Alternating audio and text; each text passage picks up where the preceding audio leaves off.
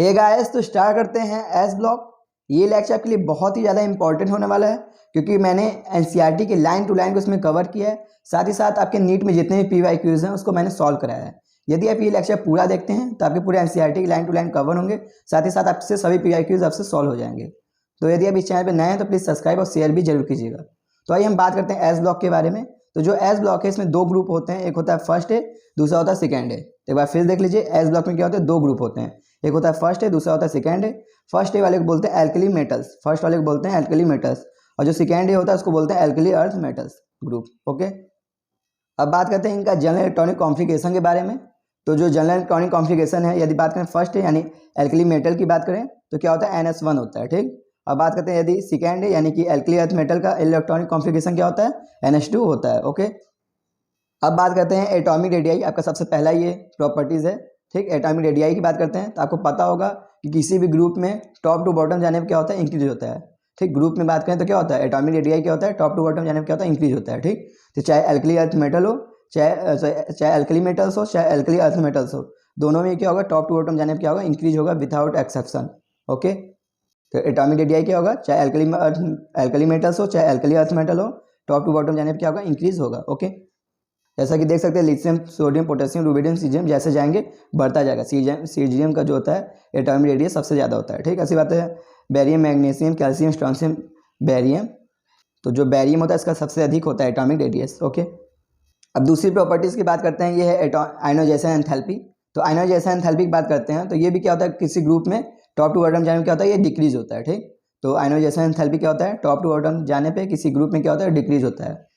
Okay, तो चाहे हम एल्कली मेटल्स की बात करें चाहे एल्कली अर्थ मेटल्स की बात करें, दोनों में क्या होगा, टॉप टू बॉटम जाने पे क्या होगा, आयनाइजेशन एंथैल्पी क्या होगा, डिक्रीज होगा दोनों में ही। ठीक, कोई बिना एक्सेप्शन, इस सब में कोई एक्सेप्शन नहीं होगा इसमें। ओके, टॉप टू बॉटम जाने पे डायरेक्ट क्या होगा, डिक्रीज होता रहेगा। ठीक, जैसे बात करते हैं लिथियम, सोडियम, पोटेशियम, रुबिडियम, सीडियम, जैसे सब नीचे जाएंगे तो क्या होगा, घटता जाएगा।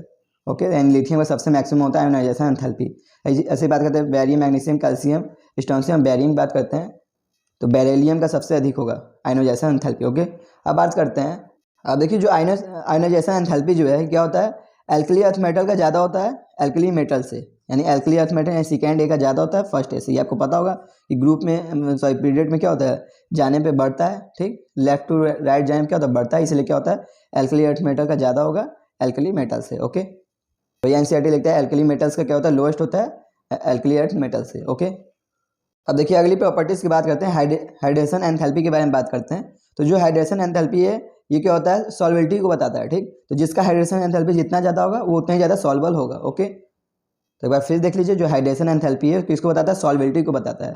ठीक, यानी जो जिसकी हाइड्रेशन एंथैल्पी ज़्यादा होगा वो सबसे अधिक वाटर में सॉल्बल होगा।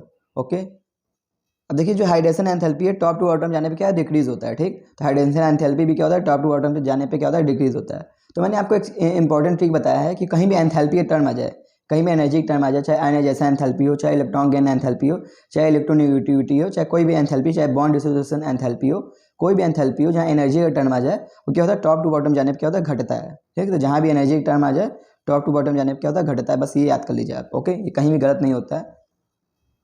तो अब देख सकते हैं जो लिथियम है इसका हाइड्रेशन एंथैल्पी सबसे ज़्यादा है, बेरिलियम का भी हाइड्रेशन एंथैल्पी क्या होता है, सबसे ज़्यादा होता है। ठीक, अब देखिए जो अगला प्रॉपर्टीज़ है इसको, ये है आयनिक प्रॉपर्टीज़। ये बहुत ज़्यादा इंपॉर्टेंट है इस पर क्योंकि बहुत बार आपसे पूछता है। ठीक, केवल एस ब्लॉक के लिए इंपॉर्टेंट नहीं है, सभी के लिए इंपॉर्टेंट है। पी ब्लॉक में भी आपको बहुत बार पूछेगा आयनिक प्रॉपर्टीज़ के बारे में। तो इसको मैं एक ट्रिक बताऊँगा आपको, बहुत अच्छा ये ट्रिक है। यदि आप ये याद करते हैं तभी कभी कोई क्वेश्चन गलत नहीं होंगे। ओके, देखिए बहुत सिंपल सा ट्रिक है। जो आयनिक कैरेक्टर जो होता है, आयनिक कैरेक्टर या आयनिक प्रॉपर्टीज़ जो होता है, क्या होता है, केटायन का साइज यदि लार्ज है, ठीक, आयन कौन बनाएगा, कौन से ऐसे कंपाउंड जो आयन बनाएंगे, यदि क्या है केटायन साइज लार्ज है और एनायन साइज स्मॉल है तो वही क्या बनाएगा, आयनिक कंपाउंड बनाएगा। आयनिक कंपाउंड कौन बनाएंगे, जिसमें क्या होगा, केटायन का साइज लार्ज हो, केटायन का साइज लार्ज हो और एनायन का साइज क्या हो, स्मॉल हो, एनायन साइज क्या हो, स्मॉल हो, वही क्या बनाएगा, आयनिक कंपाउंड बनाएगा। ओके, अब देखिए इसमें आप कंफ्यूज हो जाएंगे किसका साइज लार्ज करना है किसका साइज स्मॉल करना है। तो मैंने ट्रिक बनाया LIC, जो केटायन इसका साइज लार्ज होना चाहिए, ठीक, और एनायन साइज होना चाहिए स्मॉल। ठीक, बस आपको याद करना है, LIC आपको याद कर लेंगे तो आपको सिंपल से ट्रिक याद हो जाएगा। लार्ज साइज होना चाहिए केटायन का, वही क्या होगा, मोर आयनिक होगा। लार्ज साइज होना चाहिए केटायन का, वही क्या होगा, मोर आयनिक होगा। ठीक, ऐसे बात करते हैं स्मॉल साइज होना चाहिए एनायन का, स्मॉल साइज होना चाहिए एनायन का, वही क्या होगा, मोर आयनिक होगा। तो बस इस सिंपल से ट्रिक याद करना है, large size of cation, small size of anion, more will be ionic. Okay, देखिए ये बहुत ज़्यादा इंपॉर्टेंट है क्योंकि आप पी ब्लॉक में पढ़ेंगे, तो यदि आपको ये पता होगा कौन आयनिक है आप तुरंत बता देंगे। ठीक, तो आपको ये पता होना चाहिए कि यदि केटायन है उसका साइज लार्ज होना चाहिए, एनायन उसका साइज स्मॉल होना चाहिए, तो वही होगा आयनिक कंपाउंड। ठीक, ये बहुत बार पूछता है कौन इसमें आयनिक है, ये बताना है। तो आपको बहुत सिंपल से यदि आप याद करते हैं तो बहुत ज़्यादा इंपॉर्टेंट है। ठीक, तो अब बात कर लेते हैं जैसे ये जो है इसमें बात करते हैं कौन आयनिक है, मोर, ये बताना है। ठीक, तो देखिए क्या है, लिथियम फ्लोराइड है, सोडियम फ्लोराइड है, पोटेशियम फ्लोराइड और रुबेडियम फ्लोराइड है। ठीक, अब बात करते हैं इसमें पूछा है हमको आयनिक कैरेक्टर, सबसे अधिक कौन आयनिक है इसमें, हमसे ये पूछ रहा है। तो देखिए इसमें फ्लोरीन सभी में सेम है, मतलब एनायन सभी में सेम है। हमको केटायन देखना है, केटायन का साइज लार्ज होना चाहिए।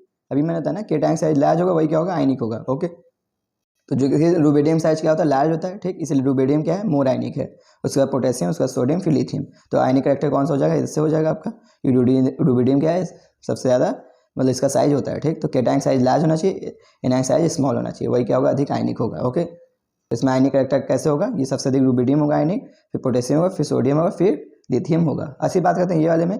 इसमें बात करना है कोवैलेंट की बात करते हैं। तो देखिए जो कोवैलेंट होता है ये आयनिक का जस्ट उल्टा होता है। कोवैलेंट कैरेक्टर क्या होता है, आयनिक का जस्ट उल्टा। यदि कोई क्या है कोवैलेंट है मतलब वो आयनिक नहीं बना रहा है। ठीक, तो कोवैलेंट क्या है, आयनिक का जस्ट उल्टा है। ओके, अभी हमने बताया था कि आयनिक होने के लिए क्या होता है, होना चाहिए कि केटायन साइज लार्ज होना चाहिए, एनायन साइज क्या होना चाहिए, स्मॉल होना चाहिए। ये क्या है, आयनिक कैरेक्टर है। यदि बात करें यदि आप पहले आयनिक वाला याद कीजिए, दोनों याद करेंगे तो कंफ्यूज हो जाएंगे। ठीक, तो आप पहले आयनिक निकाल लीजिए, आयनिक का जो ऑर्डर होगा उसको उल्टा कर दीजिएगा, आपका कोवैलेंट का ऑर्डर हो जाएगा। ठीक, तो आपको आयनिक पहले निकालिएगा, आपको कोवैलेंट पूछेगा तो बस उसका ऑर्डर उल्टा कर दीजिएगा। ठीक, तो आप देख सकते हैं बैरियम क्लोराइड है, मैग्नीशियम क्लोराइड है, कैल्शियम क्लोराइड है और स्ट्रॉन्शियम क्लोराइड है। इसमें कोवैलेंट कैरेक्टर हमसे पूछ रहा है। ठीक, तो आयनिक कैरेक्टर क्या होगा, देखिए सभी में क्या है, एनायन सभी में सेम है, कोई मतलब नहीं एनायन से। केटायन क्या है कि केटायन देखिए ये जो स्ट्रॉन्शियम इसका साइज बड़ा है। ठीक, तो होना चाहिए एक्चुअली रियल यही चाहिए, आयनिक कैरेक्टर की बात करें ये होना चाहिए, लेकिन हमसे कोवैलेंट कैरेक्टर पूछा इसलिए ऑर्डर जस्ट उल्टा हो जाएगा। ओके, तो बहुत ज़्यादा कुछ है नहीं, बस आपको बस ये वाला याद करेंगे तो आपका सभी याद हो जाएगा। ठीक, तो सबसे अधिक कोवैलेंट कैरेक्टर किसका होगा, बैरियम क्लोराइड का होगा। ठीक, यहाँ से आप मार सकते हैं आंसर। ठीक, आपका यही नीट में भी एकदम सेम क्वेश्चन आ गया था। अब यहाँ पे देख सकते हैं 2021 का क्वेश्चन है आपके। ये क्वेश्चन क्या बोला है, among the following alkali earth metal halide are one which is the covalent and soluble in organic solvent. ठीक, तो इसमें बोला है कौन सा जो ये इतने दे दिए हैं, स्ट्रॉन्शियम क्लोराइड है, मैग्नीशियम क्लोराइड है, बैरियम क्लोराइड है, कैल्शियम क्लोराइड है। ठीक, इसमें इनमें से कौन सा बोला है सबसे ज़्यादा कोवैलेंट है। ठीक, अब सॉल्वेबल है ऑर्गेनिक सॉल्वेंट में।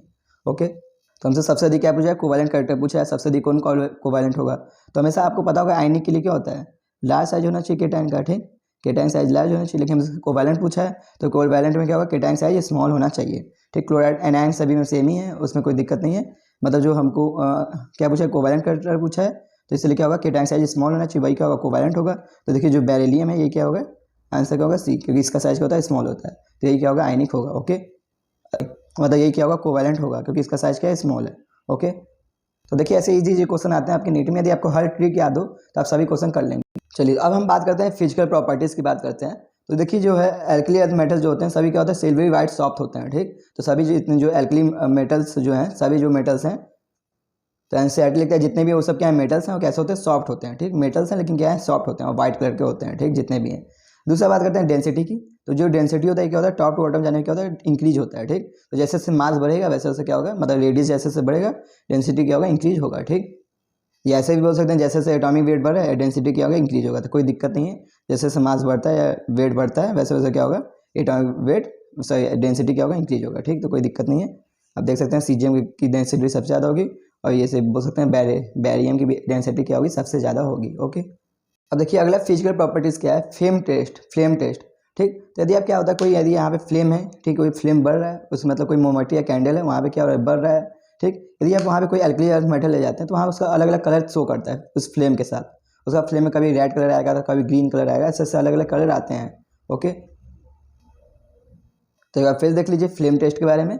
जो एल्कली अर्थ मेटल्स होते हैं, एल्कली मेटल या एल्कली अर्थ मेटल्स होते हैं, क्या करते हैं, gives characteristic colours to oxidising flame. तो जो फ्लेम होता है उसके साथ क्या होता है, बहुत अलग अलग तरह के कलर्स शो करते हैं। ठीक, जो फ्लेम बढ़ता है। ठीक, अब बात करते हैं इसका रीजन क्या है। इसका रीजन बहुत सिंपल सा है, व्हेन हीटिंग ऑफ मेटल्स। तो क्या होता है, जब आपको हीट करते हैं मेटल्स को, जब आप हीट करते हैं, then outermost electron excited to high energy level, when excited electron come back to ground state they emit radiation. ठीक, तो जब क्या होता है उसको हीट करते हैं मेटल्स को, तो क्या होता है कि जो उसके इलेक्ट्रॉन होते हैं एक्साइट हो जाते हैं, ठीक। एक्साइट होकर क्या करते हैं, हाई एनर्जी लेवल में चले जाते हैं। जब हाई एनर्जी लेवल में जाते हैं उसके बाद जब वो वापस आते हैं तो क्या होता है, विजुअल रेंज के कलर को इमिट करते हैं, ठीक। तो ये इसका रीजन है फ्लेम के साथ कलर देने का। ओके, देखिए ये कलर आपको याद करना होगा क्योंकि इंपॉर्टेंट है। ओके, तो ये कलर याद करना, जो लिथियम होता है कैसा कलर देता है फ्लेम के साथ, ग्लिसरॉल रेड कलर देता है। सोडियम जो होता है क्या होता है, येलो कलर देता है। पोटेशियम वायलेट कलर देता है। जो रूबेडियम जो है कैसा होता है, रेड वायलेट कलर देता है। और सीजियम जो है ब्लू कलर का देता है, ठीक। तो आपको ये याद करना होगा, जैसे भी ट्रिक बना के आप याद कर लीजिए। ओके, अब बात करते हैं जो इसकी बात करते हैं, ये है एल्कली मेटल्स की हो गई। अब बात करते हैं एल्कली अर्थ मेटल्स की बात करते हैं। तो बेरिलियम और मैग्नीशियम ये दोनों कलर नहीं देते हैं फ्लेम के साथ।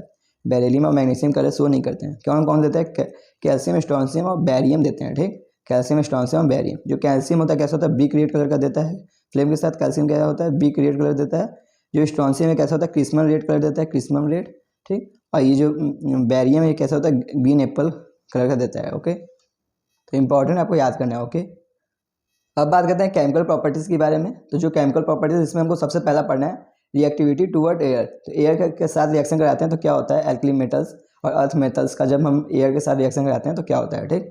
तो देखिए जो भी हैं मेटल्स जो हैं, यदि ऑक्सीजन के साथ रिएक्शन करते हैं, एयर में क्या ऑक्सीजन भी होता है, नाइट्रोजन भी होते हैं। तो यदि ऑक्सीजन के साथ रिएक्शन करते हैं तो ऑक्साइड बनाते हैं, ठीक। अब देखिए जो एल्कली मेटल्स जो होते हैं उसमें क्या होता है, सोडियम तो ऑक्साइड बनाता है, ठीक। सोडियम क्या है, सिंपल ऑक्साइड बनाता है। सॉरी, लिथियम जो है ऑक्साइड बनाता है, ठीक। लिथियम क्या बनाता है, ऑक्साइड बनाता है। जबकि सोडियम क्या बनाता है, पर ऑक्साइड बनाता है। जो सोडियम है क्या बनाता है, पर ऑक्साइड बनाता है, यानी N2O2 बनाता है, ठीक। और जबकि पोटेशियम और रुबिडियम क्या बनाते हैं, ये बनाते हैं आपके सुपर ऑक्साइड बनाते हैं, ठीक। तो ये पोटेशियम रुबिडियम क्या बनाते हैं, सुपर ऑक्साइड बनाते हैं। एक बार फिर देख लीजिए, लिथियम क्या बनाता है, ऑक्साइड बनाता है, Li2O बनाता है, ठीक। लिथियम सिंपल ऑक्साइड बनाएगा, Li2O बनाएगा, ठीक। जबकि जो सोडियम है क्या बनाएगा, सोडियम पर बनाएगा, ठीक। जो सोडियम क्या बनाएगा, पर बनाएगा, ठीक। जबकि पोटेशियम और रुबिडियम क्या है, सुपर ऑक्साइड बनाएंगे, ठीक। यदि बात करें ऑक्सीडेशन नंबर की तो आपको पता होगा कि ऑक्सीजन का यदि ऑक्साइड बनाया तो ऑक्सीडेशन नंबर क्या होता है, -2 होता है। यदि पर बनाया तो ऑक्सीजन का ऑक्सीडेशन क्या होगा, -1 होगा। और मतलब कि यदि सुपर ऑक्साइड बनाया तो ऑक्सीजन का ऑक्सीडेशन नंबर क्या होगा, हाफ होगा, ठीक। यहाँ से आप निकाल भी सकते हैं। ओके, देखिए इसमें इंपॉर्टेंट बात यह है कि ऑक्सीजन का ऑक्सीडेशन नंबर कम हो रहा है, ठीक। इसमें ऐसा नहीं कि potassium, rubidium, caesium, lithium, sodium, potassium, rubidium का ऑक्सीडेशन नंबर कम नहीं हो रहा है, जो है वही होता है। जो पोटेशियम होता है ये भी +1 में है, ये भी +1 में है, ये भी +1। और लिथियम की बात करें ये भी +1 में है, ठीक। लिथियम भी +1, सोडियम +1, पोटेशियम की बात करें ये भी +1 है, और सीजियम भी +1 ऑक्सीडेशन है, ठीक। केवल ऑक्सीडेशन नंबर किस में बदल रहा है, ऑक्सीजन में बदल रहा है, ठीक। तो ये कभी कंफ्यूज मत होइए कि इसका ऑक्सीडेशन नंबर बदलता है, ठीक। तो एक बार फिर देख लीजिए, जो लिथियम है सिंपल ऑक्साइड बनाता है, सोडियम पर ऑक्साइड बनाता है, पोटेशियम रुबिडियम क्या बनाते हैं, सुपर ऑक्साइड बनाते हैं। बात करते हैं एल्कली अर्थ मेटल्स की, बात करते हैं एल्कली अर्थ मेटल्स की। इसमें जो है बैरियम, मैग्नीशियम, कैल्शियम, स्ट्रोंशियम सब क्या बनाएंगे, ऑक्साइड बनाएंगे, सिंपल ऑक्साइड बनाएंगे। तो जो एल्कली अर्थ मेटल उसमें सब जितने भी हैं, बैरियम, मैग्नीशियम, कैल्शियम, स्ट्रोंशियम सभी क्या बनाएंगे, सिंपल ऑक्साइड बनाएंगे, ठीक। दूसरा बात करते हैं रिएक्टिविटी टूवर्ड नाइट्रोजन। तो नाइट्रोजन के साथ रिएक्शन की बात करते हैं। तो जितने भी एल्कली अर्थ मेटल्स हैं उसमें केवल जो लिथियम है, एल्कली अर्थ मेटल्स वाले जो हैं, सो एल्कली मेथल वाले जो हैं, एल्कली मेटल्स वाले में कौन केवल लिथियम जो है वही नाइट्रोजन सीधे रिएक्शन कर सकता है, ठीक। तो एल्कली मेटल्स में केवल जो लिथियम वही नाइट्रोजन से रिएक्शन कर सकता है, ठीक। और चाहे सोडियम हो, पोटेशियम, रुबिडियम, सीजियम, ये सब कोई भी क्या होगा, नाइट्रोजन रिएक्शन नहीं कर सकते हैं। ओके, तो खाली लिथियम जो है केवल एल्कली मेटल्स में खाली एक ऐसा लिथियम मात्र है जो नाइट्रोजन से सीधे रिएक्शन कर सकता है, ठीक। जबकि सोडियम, पोटेशियम, रुबिडियम, सीजियम ये नाइट्रोजन रिएक्शन नहीं कर सकते हैं। ओके, अब बात करते हैं एल्कली अर्थ मेटल्स की बात करते हैं। तो जितने भी एल्कली अर्थ मेटल्स, चाहे बैरियम, मैग्नीशियम, कैल्शियम, स्ट्रोंशियम, चाहे बेरिलियम हो, बैरियम हो, ये सभी नाइट्रोजन से रिएक्शन करके नाइट्राइड बना लेते हैं। ओके, तो एक बार फिर देख लीजिए, जो खाली एल्कली मेटल्स की बात करें तो उसमें केवल और केवल लिथियम जो है एकमात्र जो क्या होता है, नाइट्रोजन से रिएक्शन करके नाइट्राइड बना देता है, ठीक। जबकि और सोडियम, पोटेशियम, रुबिडियम, सीजियम ये सब नाइट्रोजन रिएक्शन नहीं करते हैं। बात करते हैं एल्कली मेटल्स की बात, एल्कली अर्थ मेटल्स की बात करते हैं। तो उसमें जितने भी हैं बैरियम, मैग्नीशियम, कैल्शियम, स्ट्रोंशियम ये सभी क्या होता है, नाइट्रोजन रिएक्शन कर लेते हैं। ओके, अब देखिए आपके एनसीईआरटी क्वेश्चन है, क्या बोलते हैं एनसीईआरटी, वही सुपर ऑक्साइड है पैरामैग्नेटिक इन नेचर। तो जितने भी सुपर ऑक्साइड होते हैं क्या होते हैं, पैरामैग्नेटिक इन नेचर के होते हैं। और यहाँ से देख भी सकते हैं जो पोटेशियम है, पोटेशियम ऑक्साइड बना, ये कैसा हो गया, जो पोटेशियम का सुपर ऑक्साइड बना, इसमें इसको ऐसे भी लिख सकते हैं क्या है, पोटेशियम प्लस है, तो ये क्या हो गया माइनस, O2 क्या होगा माइनस में है। यानी अब ओवरऑल देखें कितने इलेक्ट्रॉन है, 70 इलेक्ट्रॉन्स है, 70 इलेक्ट्रॉन्स, यानी क्या है, ये पैरामैग्नेटिक नेचर का है। अब को याद होगा ये बात। ओके, अब तीसरी केमिकल प्रॉपर्टीज़ की बात करते हैं, क्या है, रिएक्टिविटी टुवर्ड हाइड्रोजन। तो जो एल्कली अर्थ मेटल या मेटल्स हैं इनका बात करते हैं, हाइड्रोजन से इनका रिएक्शन कराते हैं तो क्या होता है, ठीक। तो हम पहला बात करते हैं एल्कली मेटल्स की बात करते हैं। जब एल्कली मेटल्स का हाइड्रोजन से रिएक्शन कराते हैं तो क्या बनेगा, उसका हाइड्राइड बनेगा, ठीक। तो क्या बनेगा, मेटल का हाइड्राइड बनेगा, सिंपल सा, ठीक। अब बात करते हैं, और जितने भी हैं लिथियम और सोडियम पोटेशियम रूबियम, ये सभी क्या कर लेंगे, हाइड्राइड बना लेंगे कोई बिना दिक्कत के, ठीक। सभी क्या बना लेंगे, हाइड्राइड बना लेंगे हाइड्रोजन के साथ। और जितने भी हाइड्राइड बने सभी क्या होंगे, आयनिक होंगे, और इनके मेल्टिंग पॉइंट क्या होगी, बहुत हाई होगी, ठीक। जितने भी बने क्या है, आयनिक हैं, ठीक। अब मैं आपको ये चीज़ बताऊंगा कि जो आयनिक होते हैं उनकी मेल्टिंग पॉइंट बहुत ज़्यादा होती है। तो जितने भी हाइड्राइड बने सभी क्या है, आयनिक है, इसलिए इनकी मेल्टिंग पॉइंट क्या है, आया बहुत हाई है, ओके। ऐसे हम दूसरा बात करते हैं, जब क्या है अल्कली अर्थ मेटल्स है उसका जब रिएक्शन कराते हैं हाइड्रोजन से तो ये भी क्या बनाते हैं, हाइड्राइड बनाते हैं, ठीक। अब बात करते हैं इसमें जो बैरियम होता है ये नहीं, हाइड्रोजन डायरेक्ट रिएक्शन नहीं कर सकता। जो बेरिलियम है ये हाइड्रोजन से डायरेक्ट रिएक्शन नहीं कर सकता, बेरिलियम जो है, ठीक। तो बेरिलियम डायरेक्ट हाइड्रोजन से रिएक्शन नहीं कर सकता। बाकी जो भी मैग्नीशियम, कैल्शियम, स्ट्रोंशियम, बेरियम, ये सभी क्या है हाइड्रोजन से रिएक्शन करके हाइड्राइड बना लेते हैं, ठीक। जो बेरिलियम इसको बनाने का अलग तरीका है, ये भी हाइड्राइड बना लेगा, लेकिन दूसरा मेथड है, ये डायरेक्ट हाइड्रोजन से नहीं मतलब बना सकता, क्योंकि एच बॉन्ड के को ब्रेक करना इसके बस की बात नहीं है, ठीक। एच के बीच जो बॉन्ड है इसको ब्रेक नहीं कर पाएगा ये। तो बैरियम को हाइड्राइड बनाने का दूसरा तरीका है, ठीक। हम क्या कहते हैं, बैरियम क्लोराइड को लिथियम एल्यूमिनियम हाइड्राइड, ये क्या होता है, रिड्यूसिंग एजेंट होता है, ठीक। लिथियम एल्यूमिनियम हाइड्राइड एक स्ट्रॉन्ग रिड्यूसिंग एजेंट होता है, ठीक। जब इसका क्या करते हैं, बैरियम क्लोराइड के साथ रिएक्शन करा देते हैं तो ये अपने आप क्या बना देता है, बैरियम हाइड्राइड बना देता है, हाइड्राइड, और क्या बनाता है, लिथियम क्लोराइड और एल्यूमिनियम क्लोराइड बनाता है, ठीक। तो इंपॉर्टेंट है ये भी, ठीक। केवल बैरियम ही है जो क्या बनाता है, डायरेक्ट हाइड्राइड नहीं बना सकता, ये डायरेक्ट हाइड्राइड नहीं बना सकता। इसीलिए क्या करते हैं, बैरियम क्लोराइड को लिथियम एल्यूमिनियम हाइड्राइड के साथ रिएक्शन कराते हैं तो बैरियम हाइड्राइड, लिथियम क्लोराइड और एल्यूमिनियम ट्राइक्लोराइड बनता है, ओके। अब चौथे केमिकल प्रॉपर्टीज़ की बात करते हैं, क्या है, रिएक्टिविटी टुवर्ड हेलोजन। तो हेलोजन के साथ रिएक्शन की बात करते हैं, तो जो एल्कली अर्थ मेटल्स है, चाहे एल्कली मेटल्स है, ये क्या करते हैं, हेलोजन के साथ रिएक्शन करके क्या बनाते हैं, आयोडाइड बनाते हैं, मतलब हैलाइड बनाते हैं, ओके। तो पहला हम बात कर लेते हैं एल्कली मेटल्स की बात कर लेते हैं। एल्कली मेटल्स जो है, एल्कली मेटल्स से जब हेलोजन के साथ रिएक्शन कराते हैं तो क्या बनाता है, हैलाइड बनाता है, ठीक। और सभी बना लेते हैं, lithium, sodium, potassium, rubidium, caesium, ये सभी क्या कर लेते हैं, हैलाइड बना लेते हैं, ठीक। हेलोजन के साथ रिएक्शन करके हैलाइड बना लेते हैं, ठीक। अब बात करते हैं कि जो एलेक्स होता है ये कोवेलेंट, ठीक। जो लिथियम के हैलाइड होते हैं कैसे होते हैं, कोवेलेंट होते हैं। ऑलरेडी मैंने बता दिया कि स्मॉल साइज होना चाहिए, सॉरी लार्ज साइज है तो आयनिक है। देखिए जो लिथियम के स्मॉल साइज का, इसलिए क्या हो गया, कोवेलेंट हो गया, ओके। तो आयनिक करेक्टर ऑलरेडी मैंने बता दिया, इसमें आपको कंफ्यूज होने की कोई दिक्कत नहीं है, ठीक। तो लिथियम जो हैलाइड है क्या है, कोवेलेंट नेचर का है, ठीक। एनसीईआरटी का रीजन लिखता है ड्यू टू हाई पोलराइजेशन, क्योंकि इसमें पोलराइजेशन की पावर बहुत ज़्यादा है, due to high polarisation capacity in lithium, okay. अब बात करते हैं जो ये एल्कली अर्थ मेटल्स है, जब इसका हैलाइड्स के साथ रिएक्शन करते हैं, जो हेलोजन के साथ रिएक्शन करते हैं तो ये भी क्या बनाते हैं, हैलाइड्स बनाते हैं, ठीक। लेकिन देखिए इसमें भी क्या है, मैग्नीशियम, कैल्शियम, स्ट्रोंशियम, बेरियम, ये सब तो कर लेते हैं, ठीक। ये सब डायरेक्ट हाइड्रोजन के साथ रिएक्शन करके हैलाइड बना सकते हैं, ठीक। मैग्नीशियम, कैल्शियम, स्ट्रोंशियम, बेरियम, तो ये सब बना लेते हैं। फिर इसमें भी बेरियम जो है, जो बेरिलियम है, यही क्या करता है, एक्सेप्शनली दिखाता है, यानी जो बेरिलियम है ये क्या है, डायरेक्ट इससे रिएक्शन नहीं कर सकता हेलोजन से। तो बेरिलियम डायरेक्ट रिएक्शन नहीं कर सकता, इसको बनाने का फिर दो तरीका है, ठीक। पहले बात करते हैं बेरियम के फ्लोराइड बनाने का तरीका। तो बेरिलियम का फ्लोराइड बनाना है तो हम क्या करते हैं, जो अमोनियम बेरिलियम फ्लोराइड, ये जो कॉम्प्लेक्स होता है अमोनियम बेरिलियम फ्लोराइड है, इसका हम डिकम्पोजिशन कर देते हैं तो हमारा बेरिलियम फ्लोराइड अमोनियम फ्लोराइड बन जाता है, ओके। तो एक बार फिर देख लीजिए, क्या है, अमोनियम बेरिलियम फ्लोराइड, इसका डिकम्पोजिशन करते हैं तो बेरियम फ्लोराइड और अमोनियम फ्लोराइड बन जाता है, ठीक। दूसरा बात करते हैं, यदि बेरिलियम का क्लोराइड बनाना है तो हम क्या करते हैं, तो क्या होता है, बेरिलियम ऑक्साइड है, उसमें कार्बन और क्लोरीन गैस के साथ रिएक्शन कराते हैं, ठीक। तो फिर देख लीजिए, बेरिलियम ऑक्साइड है, उसको कार्बन और क्लोरीन गैस के साथ रिएक्शन कराते हैं 600 से 800 केल्विन टेम्परेचर पे, तो बेरियम क्लोराइड और कार्बन मोनोऑक्साइड बन जाता है यहाँ से, ओके। तो एक बार फिर देख लीजिए, जो बेरिलियम है ये डायरेक्ट हेलोजन के साथ रिएक्शन नहीं कर सकता, इसलिए इसके बनाने का दो तरीका है। यदि हमको फ्लोराइड बनाना है तो अमोनियम बेरिलियम फ्लोराइड के कॉम्प्लेक्स को गर्म करते हैं, डिकम्पोज होकर अपने आप क्या बना लेता है, बेरिलियम फ्लोराइड बनाता है और सोडियम फ्लोराइड बनाता है, अमोनियम फ्लोराइड बनाता है, ठीक। अब बात करते हैं, यदि बेरिलियम ऑक्साइड कार्बन और क्लोरीन को एक साथ रिएक्शन कराते हैं तो हमारा बनता है बेरिलियम क्लोराइड और कार्बन मोनोऑक्साइड बनता है, ओके। अब देखिए अब अगली प्रॉपर्टीज़ की बात करते हैं, रिएक्टिविटी टुवर्ड वाटर। तो वाटर के साथ रिएक्टिविटी की बात करते हैं, तो जितने भी एल्कली अर्थ मेटल्स की बात करें, चाहे एल्कली मेटल्स की बात करें, चाहे एल्कली अर्थ मेटल्स की बात करें, दोनों ही क्या करते हैं, वाटर के साथ रिएक्शन करके हाइड्रोक्साइड बनाते हैं, दोनों ही, ठीक।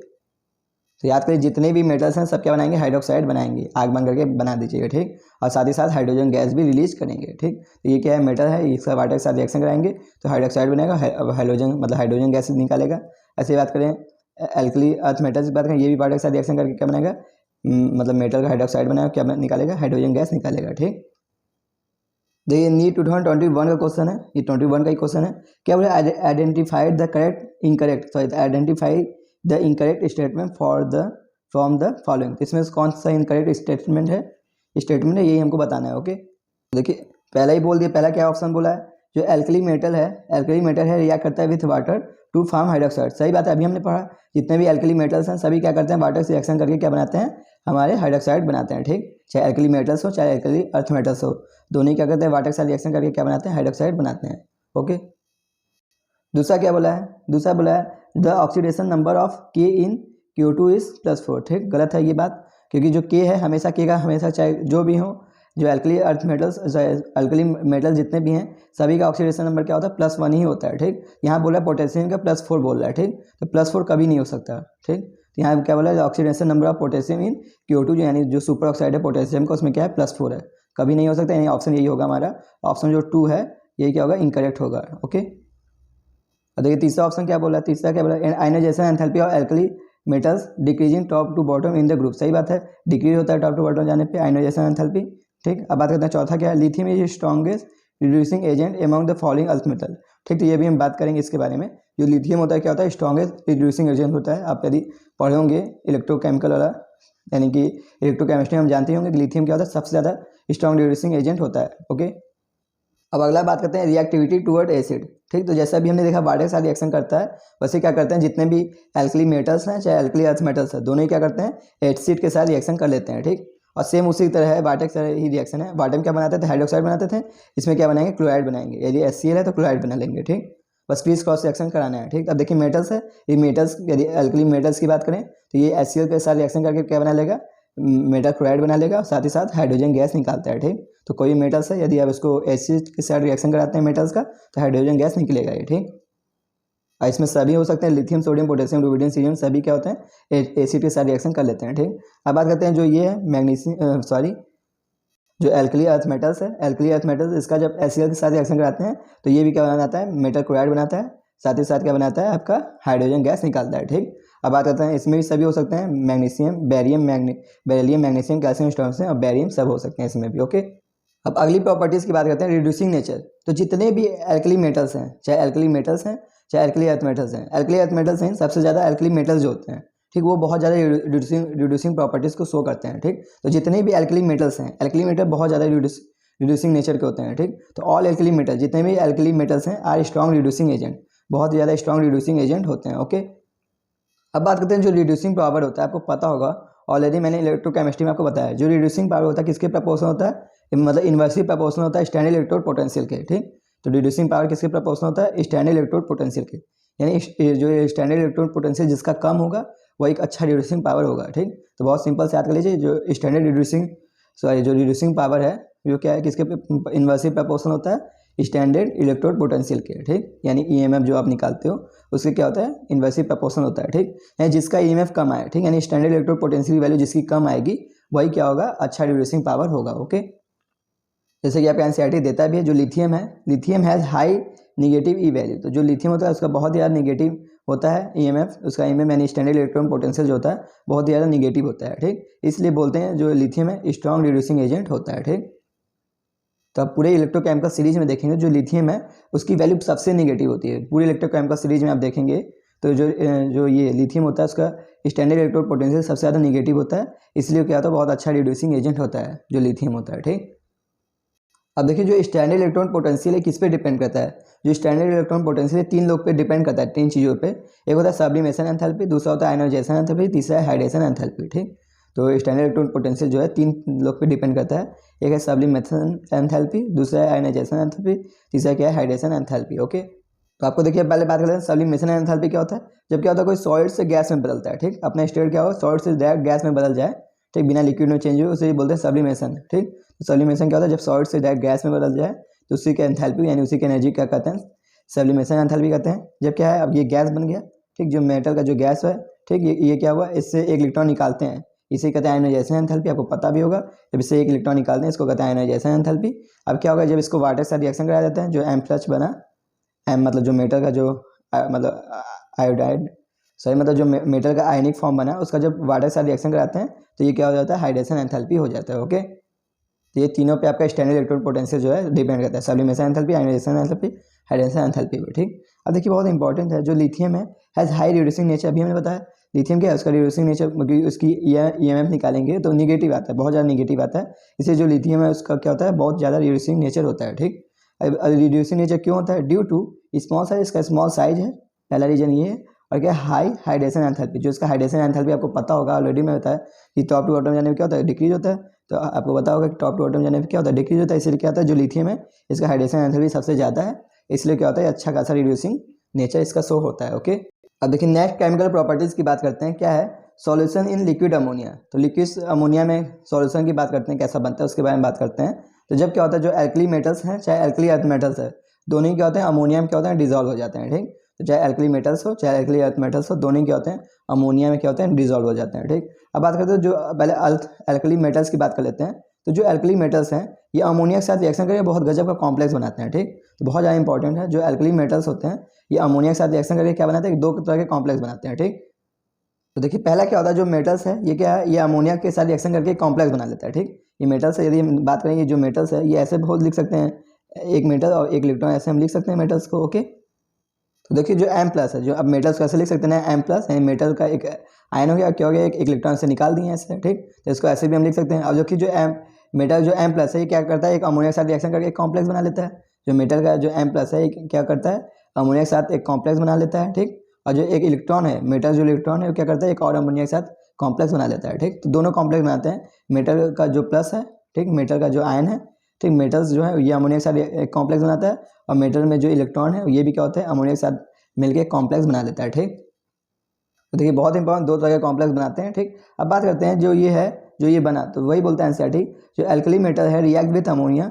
To give deep blue colour solution. ठीक, तो जो एल्कली अर्थ मेटल्स होते हैं जब क्या होता है अमोनिया से रिएक्शन करते हैं एक ब्लू कलर का सॉल्यूशन बना लेते हैं, अपने आप कैसा बना लेते हैं, एक ब्लू कलर का सॉल्यूशन बना लेते हैं। ठीक, और ये जो ब्लू कलर सॉल्यूशन है किसके कारण, इसके कारण आता है। ठीक, तो ये बोलता है एनसीईआरटी, ब्लू कलर, जो blue colour of solution is due to ammoniated electron. जो ब्लू कलर का जो सॉल्यूशन आया वो किसके कारण आया, अमोनिएटेड इलेक्ट्रॉन के कारण आया है, मतलब जो अमोनिया जो है इलेक्ट्रॉन के साथ जो कॉम्प्लेक्स बनाया उसके कारण आया है। ठीक, इसे ही बोलते हैं अमोनिएटेड इलेक्ट्रॉन के कारण ही आता है ये ब्लू कलर। बहुत ज़्यादा इंपॉर्टेंट ये लाइन है।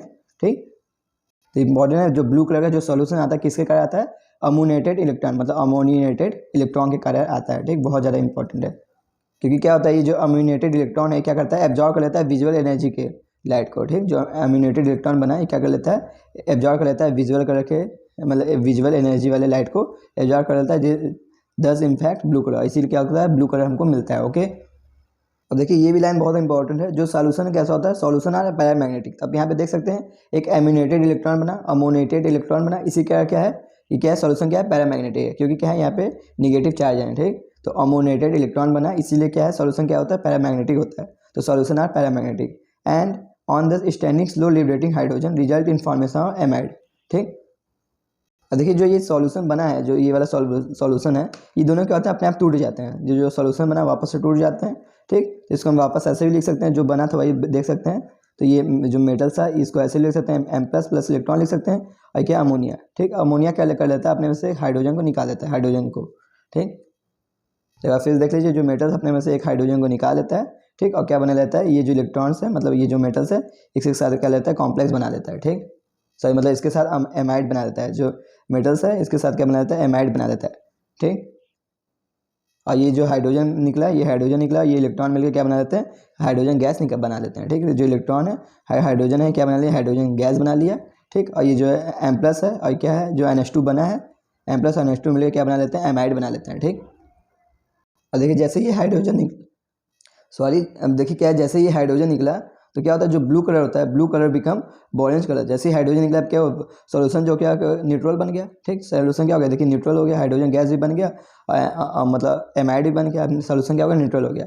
ठीक, अब क्या पैरामैग्नेटिक नहीं रह गया। ठीक, पहले क्या था, पैरामैग्नेटिक था, क्योंकि क्या था इसमें अमोनेटेड इलेक्ट्रॉन था। ठीक, लेकिन जब क्या इसमें हाइड्रोजन निकल गया तो कैसा हो गया, जो सोल्यूशन था क्या हो गया, जो ब्लू कलर सोल्यूशन था कैसा बन गया, ब्रोजेंट कलर। ठीक, सॉरी ब्रॉन्ज भी इसको बोलते हैं, ब्रॉन्ज कलर बन जाता है। तो जो ब्लू कलर का सॉल्यूशन होता है क्या बन जाता है, ब्रॉन्ज कलर का बन जाता है, बिकम क्या होता है, डाईमैग्नेटिक। और क्या होता है, डाईमैग्नेटिक हो जाता है, जैसा कि आप देख सकते हैं क्या हो गया, डाईमैग्नेटिक हो गया।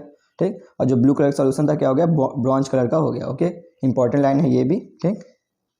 और ये वाला भी लाइन बहुत ज़्यादा इंपॉर्टेंट है। ब्लू कलर कहाँ से आता है, अमोनेटेड इलेक्ट्रॉन के कारण आता है। ये बहुत बार आपके टेस्ट में भी पूछा गया क्वेश्चन। ओके, अब बात कर लेते हैं एल्कली अर्थ मेटल के बारे में बात कर लेते हैं। जो एल्कली अर्थ मेटल्स हैं इस ये भी क्या होते हैं, अमोनियम क्या होता है, डिजॉल्व होते हैं, ठीक। तो एल्कली अर्थ मेटल्स है ये भी क्या होते हैं, अमोनियम डिजॉल्व होते हैं। और जब ये क्या आते हैं, ये क्या क्या करते हैं, डिजॉल्व होने का ये कैसा कलर देते हैं, डीप ब्लू ब्लैक कलर देते हैं, ठीक। जबकि वो क्या करता था, केवल ब्लू कलर का कलर देता था।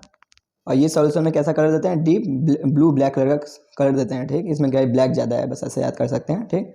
The solution forming ammoniated electron, ठीक। तो ये भी क्या है, डीप ब्लू ब्लैक कलर क्यों आ रहा है, क्योंकि ये भी क्या करते हैं, अम्यूनेटेड इलेक्ट्रॉन करते हैं, फॉर्म करते हैं, ठीक। सेम उसी की तरह है। तो एक बार फिर देख लीजिए, एल्कली अर्थ मेटल जो होते हैं अमोनियम डिजॉल्व होकर कैसा कलर देते हैं, डीप ब्लू ब्लैक कलर का कलर देते हैं। ये क्यों कलर क्यों आता है, क्योंकि ये भी क्या बनाते हैं, अम्यूनेटेड इलेक्ट्रॉन बनाते हैं उसी की तरह, ठीक। तो ये देख सकते हैं मेटल है, ठीक। एल्कली अर्थ मेटल है, इसका अमोनिया में डिजॉल्व कराते हैं। तो देखिए एक कॉम्प्लेक्स बनता है, ये वाला मेटल का अमोनिया के साथ एक कॉम्प्लेक्स बनाता है। एक मेटल यदि इसको ऐसे भी लिख सकते हैं, यहाँ पे भी हमने अभी दिखाया था एक इलेक्ट्रॉन, तो एक इसके साथ बना लेता है, एक M+ के साथ बना लेता है, एक इसके इलेक्ट्रॉन के साथ कॉम्प्लेक्स बना लेता है, ठीक।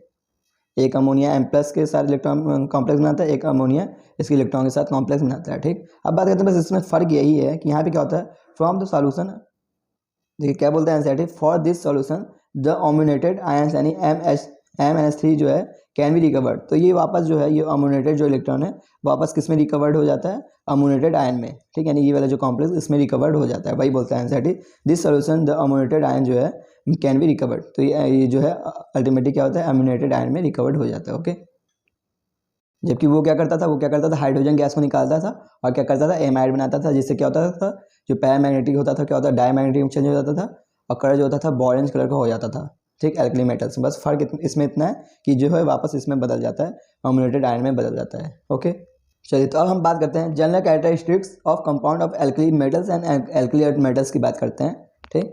मतलब कुछ अब कंपाउंड की बात करते हैं, इनके जो एल्कली मेटल्स हैं, एल्कली अर्थ मेटल्स हैं, इनके कुछ कंपाउंड की बात करते हैं। इसमें सबसे पहले हमको कंपाउंड बना है हाइड्रोक्साइड। तो बात करते हैं हाइड्रोक्साइड कैसे बनेगा, इसकी प्रिपरेशन कैसे होगा, हाइड्रोक्साइड की बात करते हैं। तो हाइड्रोक्साइड क्या करते हैं, हमेशा बनाने क्या करते हैं, जो मेटल का ऑक्साइड है, जितने भी मेटल्स के ऑक्साइड हैं उसको वाटर के साथ रिएक्शन करा दीजिए, मेटल का हाइड्रोक्साइड बन जाएगा, ठीक। तो मेटल का हाइड्रोक्साइड बनाना है तो आपको क्या क्या करना होगा, जितने भी मेटल्स हैं उनके वाटर के साथ रिएक्शन करा दीजिए, चाहे मेटल्स हो, चाहे एल्कली मेटल्स हो, चाहे एल्कली अर्थ मेटल्स हो, दोनों को वाटर के साथ रिएक्शन करा दीजिए, हाइड्रोक्साइड बन जाएगा। ओके, अब लेकिन बात करते हैं जो एल्कली अर्थ मेटल्स होते हैं, एल्कली अर्थ मेटल्स में जो लिथियम होता है ये तो ऑक्साइड बनाता है, ठीक। जबकि सोडियम होता है ये तो पेरोक्साइड बनाता है, और जो कि ये पोटेशियम, रुबिडियम और सीजियम ये क्या बनाते हैं, सुपर ऑक्साइड बनाते हैं, ठीक। तो क्या होता है, जब इनका वाटर के साथ रिएक्शन कराते हैं तो थोड़ा थोड़ा अंतर आता है, ठीक। तीनों में हाइड्रोक्साइड तो बनेगा ही, तो जब क्या होता है वाटर से रिएक्शन कराते हैं तो लिथियम का यदि लिथियम ऑक्साइड है, इसका वाटर से रिएक्शन कराते हैं तो केवल क्या बनता है, मेटल हाइड्रोक्साइड बन जाता है, सिंपल, ठीक। तो सीधे से क्या बन जाता है, मेटल हाइड्रोक्साइड बन जाता है। जब क्या है, सोडियम पेरोक्साइड है, इसका वाटर के साथ रिएक्शन कराते हैं, सोडियम पेरोक्साइड है, इसका वाटर के साथ रिएक्शन कराते हैं तो ये सोडियम हाइड्रोक्साइड तो बनेगा ही, साथ ही साथ H2O2 बनेगा, मतलब पेरोक्साइड हाइड्रोजन पेरोक्साइड बनेगा। ओके, बस यहाँ पे एक्स्ट्रा क्या निकल जाएगा, हाइड्रोजन पेरोक्साइड निकल जाएगा एक्स्ट्रा। ओके, H2O2 निकल जाएगा, मतलब कि H2O2 निकल जाएगा एक्स्ट्रा। ओके, अब बात करते हैं सुपर ऑक्साइड है। Super oxide is potassium, rubidium, caesium, ये सब सुपर ऑक्साइड है, ये बनाते हैं।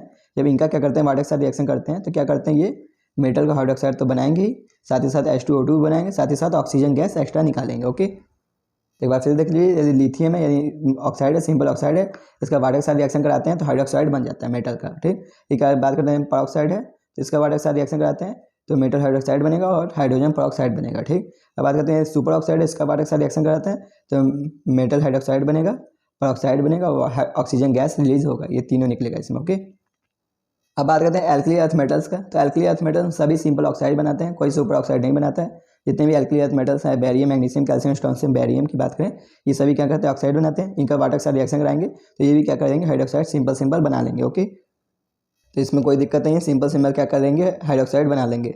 जो ये एल्कली अर्थ मेटल्स हैं वाटर के साथ रिएक्शन करके हाइड्रोक्साइड बना लेंगे। अब बात करते हैं जो हाइड्रोक्साइड होते हैं, इसमें जो बैरियम हाइड्रोक्साइड है, जितने भी हाइड्रोक्साइड है इसमें जो बैरियम का हाइड्रोक्साइड है ये क्या होता है, एम्फीटोरिक इन नेचर का होता है, ठीक। तो बैरियम का हाइड्रोक्साइड ही नहीं, बैरियम का ऑक्साइड भी बात करें वो भी क्या होता है, एम्फीटोरिक नेचर का होता है। क्योंकि मैंने आपको ऑलरेडी बताया था, ठीक। यदि आप P ब्लॉक या S ब्लॉक हमसे पढ़ोगे तो उसमें मैंने बताया कि इतने जो होते हैं, मैं आपको यहाँ लिख, आई होप कि आपको दिख रहा हो, जो सूनो, लेड, जिंक, आलिया, क्यों बेपना करिए, ठीक है मेरा, ठीक। और इसमें क्या होते हैं, जो अब फिर देख लीजिए, जो टीन है, लेड है, जिंक है, एल्युमिनियम है, कॉपर और बेरियम है, ये सब क्या बनाते हैं? एम्फीटोरिक नेचर के होते हैं। इनके जो ऑक्साइड होते हैं कैसे होते हैं? एम्फीटोरिक होते हैं। ठीक, इसको याद करने का बहुत सिंपल है, ठीक है, मैं यहाँ पे लिख दूँ। ऑलरेडी मैंने इसको बताया कि जो ये होते हैं, जो टीन है, लेड है, जिंक है, एल्युमिनियम, कॉपर और बेरियम है, ये सब क्या होते हैं? एम्फीटोरिक नेचर के होते हैं। इनके ऑक्साइड या हाइड्रोक्साइड जो भी हैं, ये सब क्या होते हैं? एम्फीटोरिक होते हैं। ठीक, इसमें इसको याद करने का मेरा ट्रिक नहीं है, विशाल सर का है, ऑलरेडी मैं बताया हूँ पहले भी। ये क्या होता है? ये सुनो लेड जिंक आलिया, सिंपल सा, सुनो लेड जिंक आलिया क्यों बेपनाह कर रही हो? सुनो लेड जिंक आलिया क्यों बेपनाह कर रही हो? तो S N PB PD ZN L L C U barium, मतलब जो भी है बी, ये सब क्या है? एम्फीटोरिक नेचर के होते हैं। ऑलरेडी मैंने आपका पी ब्लॉक वाले में बताया। इसमें जो बेरियम के जो ऑक्साइड या हाइड्रोक्साइड है, ये भी क्या होते हैं? एम्फीटोरिक नेचर के होते हैं। आपके पूरे पी ब्लॉक में, सॉरी, जो आपके पीरियोडिक टेबल में इतने ही ऐसे एलिमेंट है जो क्या होते हैं? एम्फीटोरिक नेचर के होते हैं। ओके, तो वही एनसीईआरटी बोलता है जो बेरियम के हाइड्रोक्साइड है क्या होते हैं? एम्फीटोरिक इन नेचर के होते हैं। ठीक, ये जो एम्फीटोरिक नेचर, एम्फीटोरिक का मतलब क्या होता है? एसिड और बेस दोनों से ये रिएक्शन कर सकता है। एम्फीटोरिक का यही मतलब होता है कि दोनों से रिएक्शन कर सकता है, एसिड से भी रिएक्शन कर सकता है और बेस से भी रिएक्शन कर सकता है। ठीक, तो बेरियम के हाइड्रोक्साइड का जब बेस से रिएक्शन कराते हैं, यानी OH हाइड्रोक्साइड आयन जो भी है, तो जब बेस से रिएक्शन कराते हैं बेरियम हाइड्रोक्साइड का, तो क्या बनता है? एक कॉम्प्लेक्स बनाता है, वाटर के साथ हाइड्रेटेड फॉर्म बनाता है। ठीक, बेरियम का एक्वा फॉर्म बनता है, बेरियम का एक्वा फॉर्म का कॉम्प्लेक्स बनता है। ठीक, ये बेरियम का एक्वा फॉर्म का कॉम्प्लेक्स बनता है। ठीक, इसको बेरिलेट आयन कहते हैं, बेरिलेट आयन कहते हैं। ओके, अब बात करते हैं बेरियम हाइड्रोक्साइड का। ये HCl यानी एसिड से रिएक्शन कराते हैं, बेरियम हाइड्रोक्साइड का एसिड से रिएक्शन कराते हैं, तो क्या होता है कि बेरियम हाइड्रोक्साइड ही बनेगा सेम, बस क्या होगा? कॉम्प्लेक्स में बना लेगा, बेरियम हाइड्रोक्साइड बना लेगा कॉम्प्लेक्स में। तो दोनों में याद कर लीजिए, बस क्या बना लेगा? कॉम्प्लेक्स बना लेगा। ठीक, दोनों में ही। ठीक, बहुत सिंपल सा, दोनों में क्या कर लेगा? कॉम्प्लेक्स बना लेगा। ओके, अब दूसरे कंपाउंड की बात करते हैं, हैलाइड्स की बात करते हैं। तो जो एल्कली अर्थ मेटल्स होते हैं क्या बनाते हैं? MX टाइप के हैलाइड बनाते हैं, और जो एल्कली अर्थ मेटल्स होते हैं कैसे बनाते हैं? MX2 टाइप के हैलाइड्स बनाते हैं, ऑलरेडी हम जानते हैं। ठीक, अब बात करते हैं कि मेल्टिंग और बॉइलिंग पॉइंट की बात कर लेते हैं। अब देखिए, आपको ये शायद नहीं पता होगा, जो मेल्टिंग पॉइंट या बॉइलिंग पॉइंट होते हैं, ये हमेशा किस पे डिपेंड करते हैं? Wonder of force of attraction पे डिपेंड करते हैं। तो मेल्टिंग या बॉइलिंग पॉइंट किस पे डिपेंड करते हैं? Wonder of force of attraction पे डिपेंड करते हैं। ठीक, लेकिन क्या होता है? Wonder of force of attraction का किसका अधिक होता है? जिसका एटॉमिक वेट ज़्यादा होता है। ठीक, एटॉमिक वेट बढ़ेगा, ऐसे क्या होगा? Wonder of force of attraction बढ़ता जाएगा। ठीक, तो हमेशा जनरली ये इसी पे डिपेंड करता है, मेल्टिंग या बॉइलिंग पॉइंट। ठीक, लेकिन क्या यदि हाइड्रोजन बॉन्ड है तो उसका मेल्टिंग पॉइंट, बॉइलिंग पॉइंट ज़्यादा हो जाएगा। जैसे NH3 हो गया, अमोनिया हो गया, ये सब क्या होता है?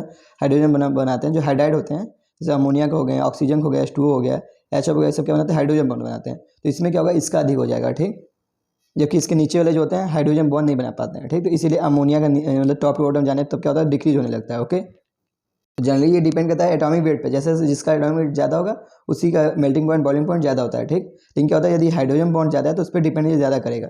ये हाइड्रोजन बॉन्ड आ गया तो हाइड्रोजन बॉन्ड बढ़ेगा, जो ज़्यादा हो जाता है मेल्टिंग एंड बॉइलिंग पॉइंट। और तीसरा क्या है? आयनिक कैरेक्टर, जो यहाँ पे हम बात करेंगे।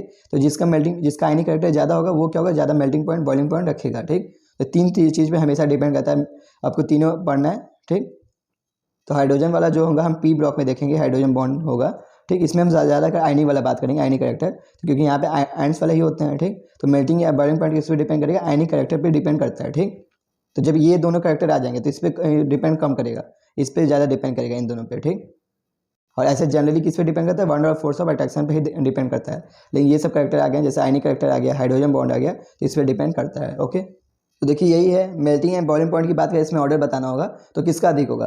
तो देखिए ये फ्लोराइड है, देखिए यहाँ पे क्या है? फ्लोराइड है, क्लोराइड है, ब्रोमाइड है, आयोडाइड है। ठीक, तो ये सभी हैं, और जितने भी हाइलाइट्स होते हैं सभी क्या होते हैं? आयनिक नेचर के होते हैं। ठीक, और इसमें सबसे ज़्यादा आयनिक कौन होगा? आप ये बताइए। हमेशा हमने आपको क्या होता है? आयनिक क्या होता है? LIC आपको याद करना है, लार्ज साइज होना चाहिए केटाइन का, और स्मॉल साइज होना चाहिए एनायन का। जिसमें स्मॉल साइज होगा एनायन का, वही ज़्यादा होगा आयनिक। स्मॉल साइज एनायन का कौन सा है? ये फ्लोराइड वाला। ओके, जो फ्लोराइड है वो क्या है? ज़्यादा आयनिक है, क्योंकि इसका स्मॉल साइज है।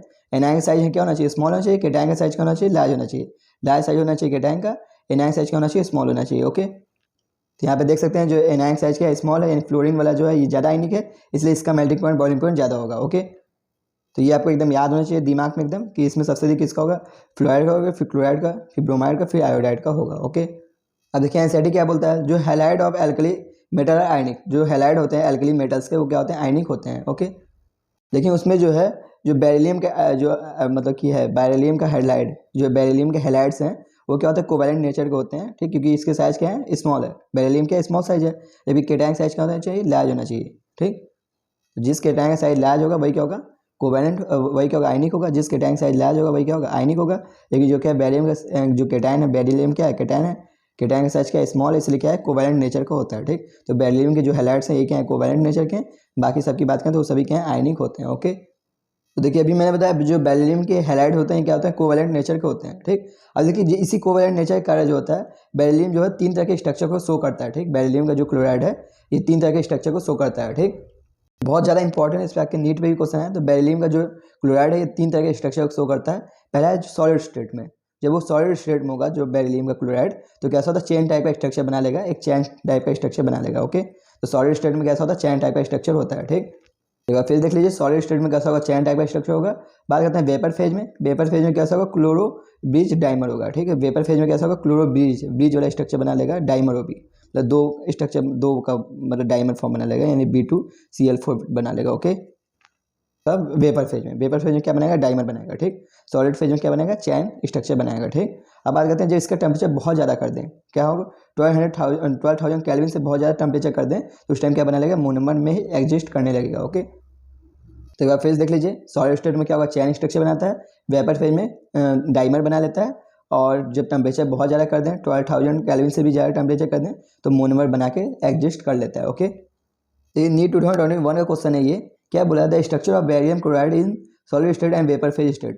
तो हमको बोला स्ट्रक्चर क्या होगा बेरियम क्लोराइड का सॉलिड स्टेट में और वेपर फेज स्टेट में क्या होगा। अभी हमने बताया सॉलिड स्टेट में क्या होता है, चैन होता है, सॉलिड स्टेट में क्या होता है, चैन होता है, वेपर फेज में कैसा होता है, डाइमर होता है। ठीक, तो ऑप्शन कौन सा होगा, ए ऑप्शन कौन सा होगा, सही होगा। ठीक, तो सॉलिड स्टेट में क्या होता है, चैन होता है, सॉलिड स्टेट में क्या होता है, चैन होता है, वेपर फेज में क्या होता है, डाइमर होता है। ठीक, अब अगले कंपाउंड की बात करते हैं, सॉल्ट ऑफ ऑक्सी एसिड। तो जो ये मेटल्स होते हैं, ये मेटल्स क्या करते हैं, एसिड के साथ रिएक्शन करके ऑक्सो एसिड बना लेते हैं। ठीक, तो जितने भी हैं आपके मतलब जितने भी एल्कली मेटल्स होते हैं क्या करते हैं, एल्कली मेटल्स क्या होते हैं, एसिड के साथ रिएक्शन करके क्या बना लेते हैं, ऑक्सो एसिड बना लेते हैं, यानी इसके सॉल्ट बना लेते हैं। ठीक, यानी ऑक्सो एसिड का क्या बना लेते हैं, सॉल्ट बना लेते हैं। ठीक, तो मेटल्स जो होता है आपके एसिड के साथ रिएक्शन करके क्या बना लेते हैं, सॉल्ट बना लेते हैं। ठीक, बात करते हैं ये मेटल्स का H2SO4 के साथ रिएक्शन करते हैं तो मेटल सल्फेट बना लेता है। मेटल का यदि मतलब कार्बोनिक एसिड यानी H2CO3 के साथ रिएक्शन करते हैं तो कार्बोनेट बना लेता है। मेटल का यदि एक्सिस में H2CO3 के साथ रिएक्शन कराते हैं तो बाइकार्बोनेट बना लेता है। ठीक, ये मेटल का नाइट्रेट यानी HNO3 के साथ रिएक्शन करते हैं तो नाइट्रेट बना लेता है। ठीक,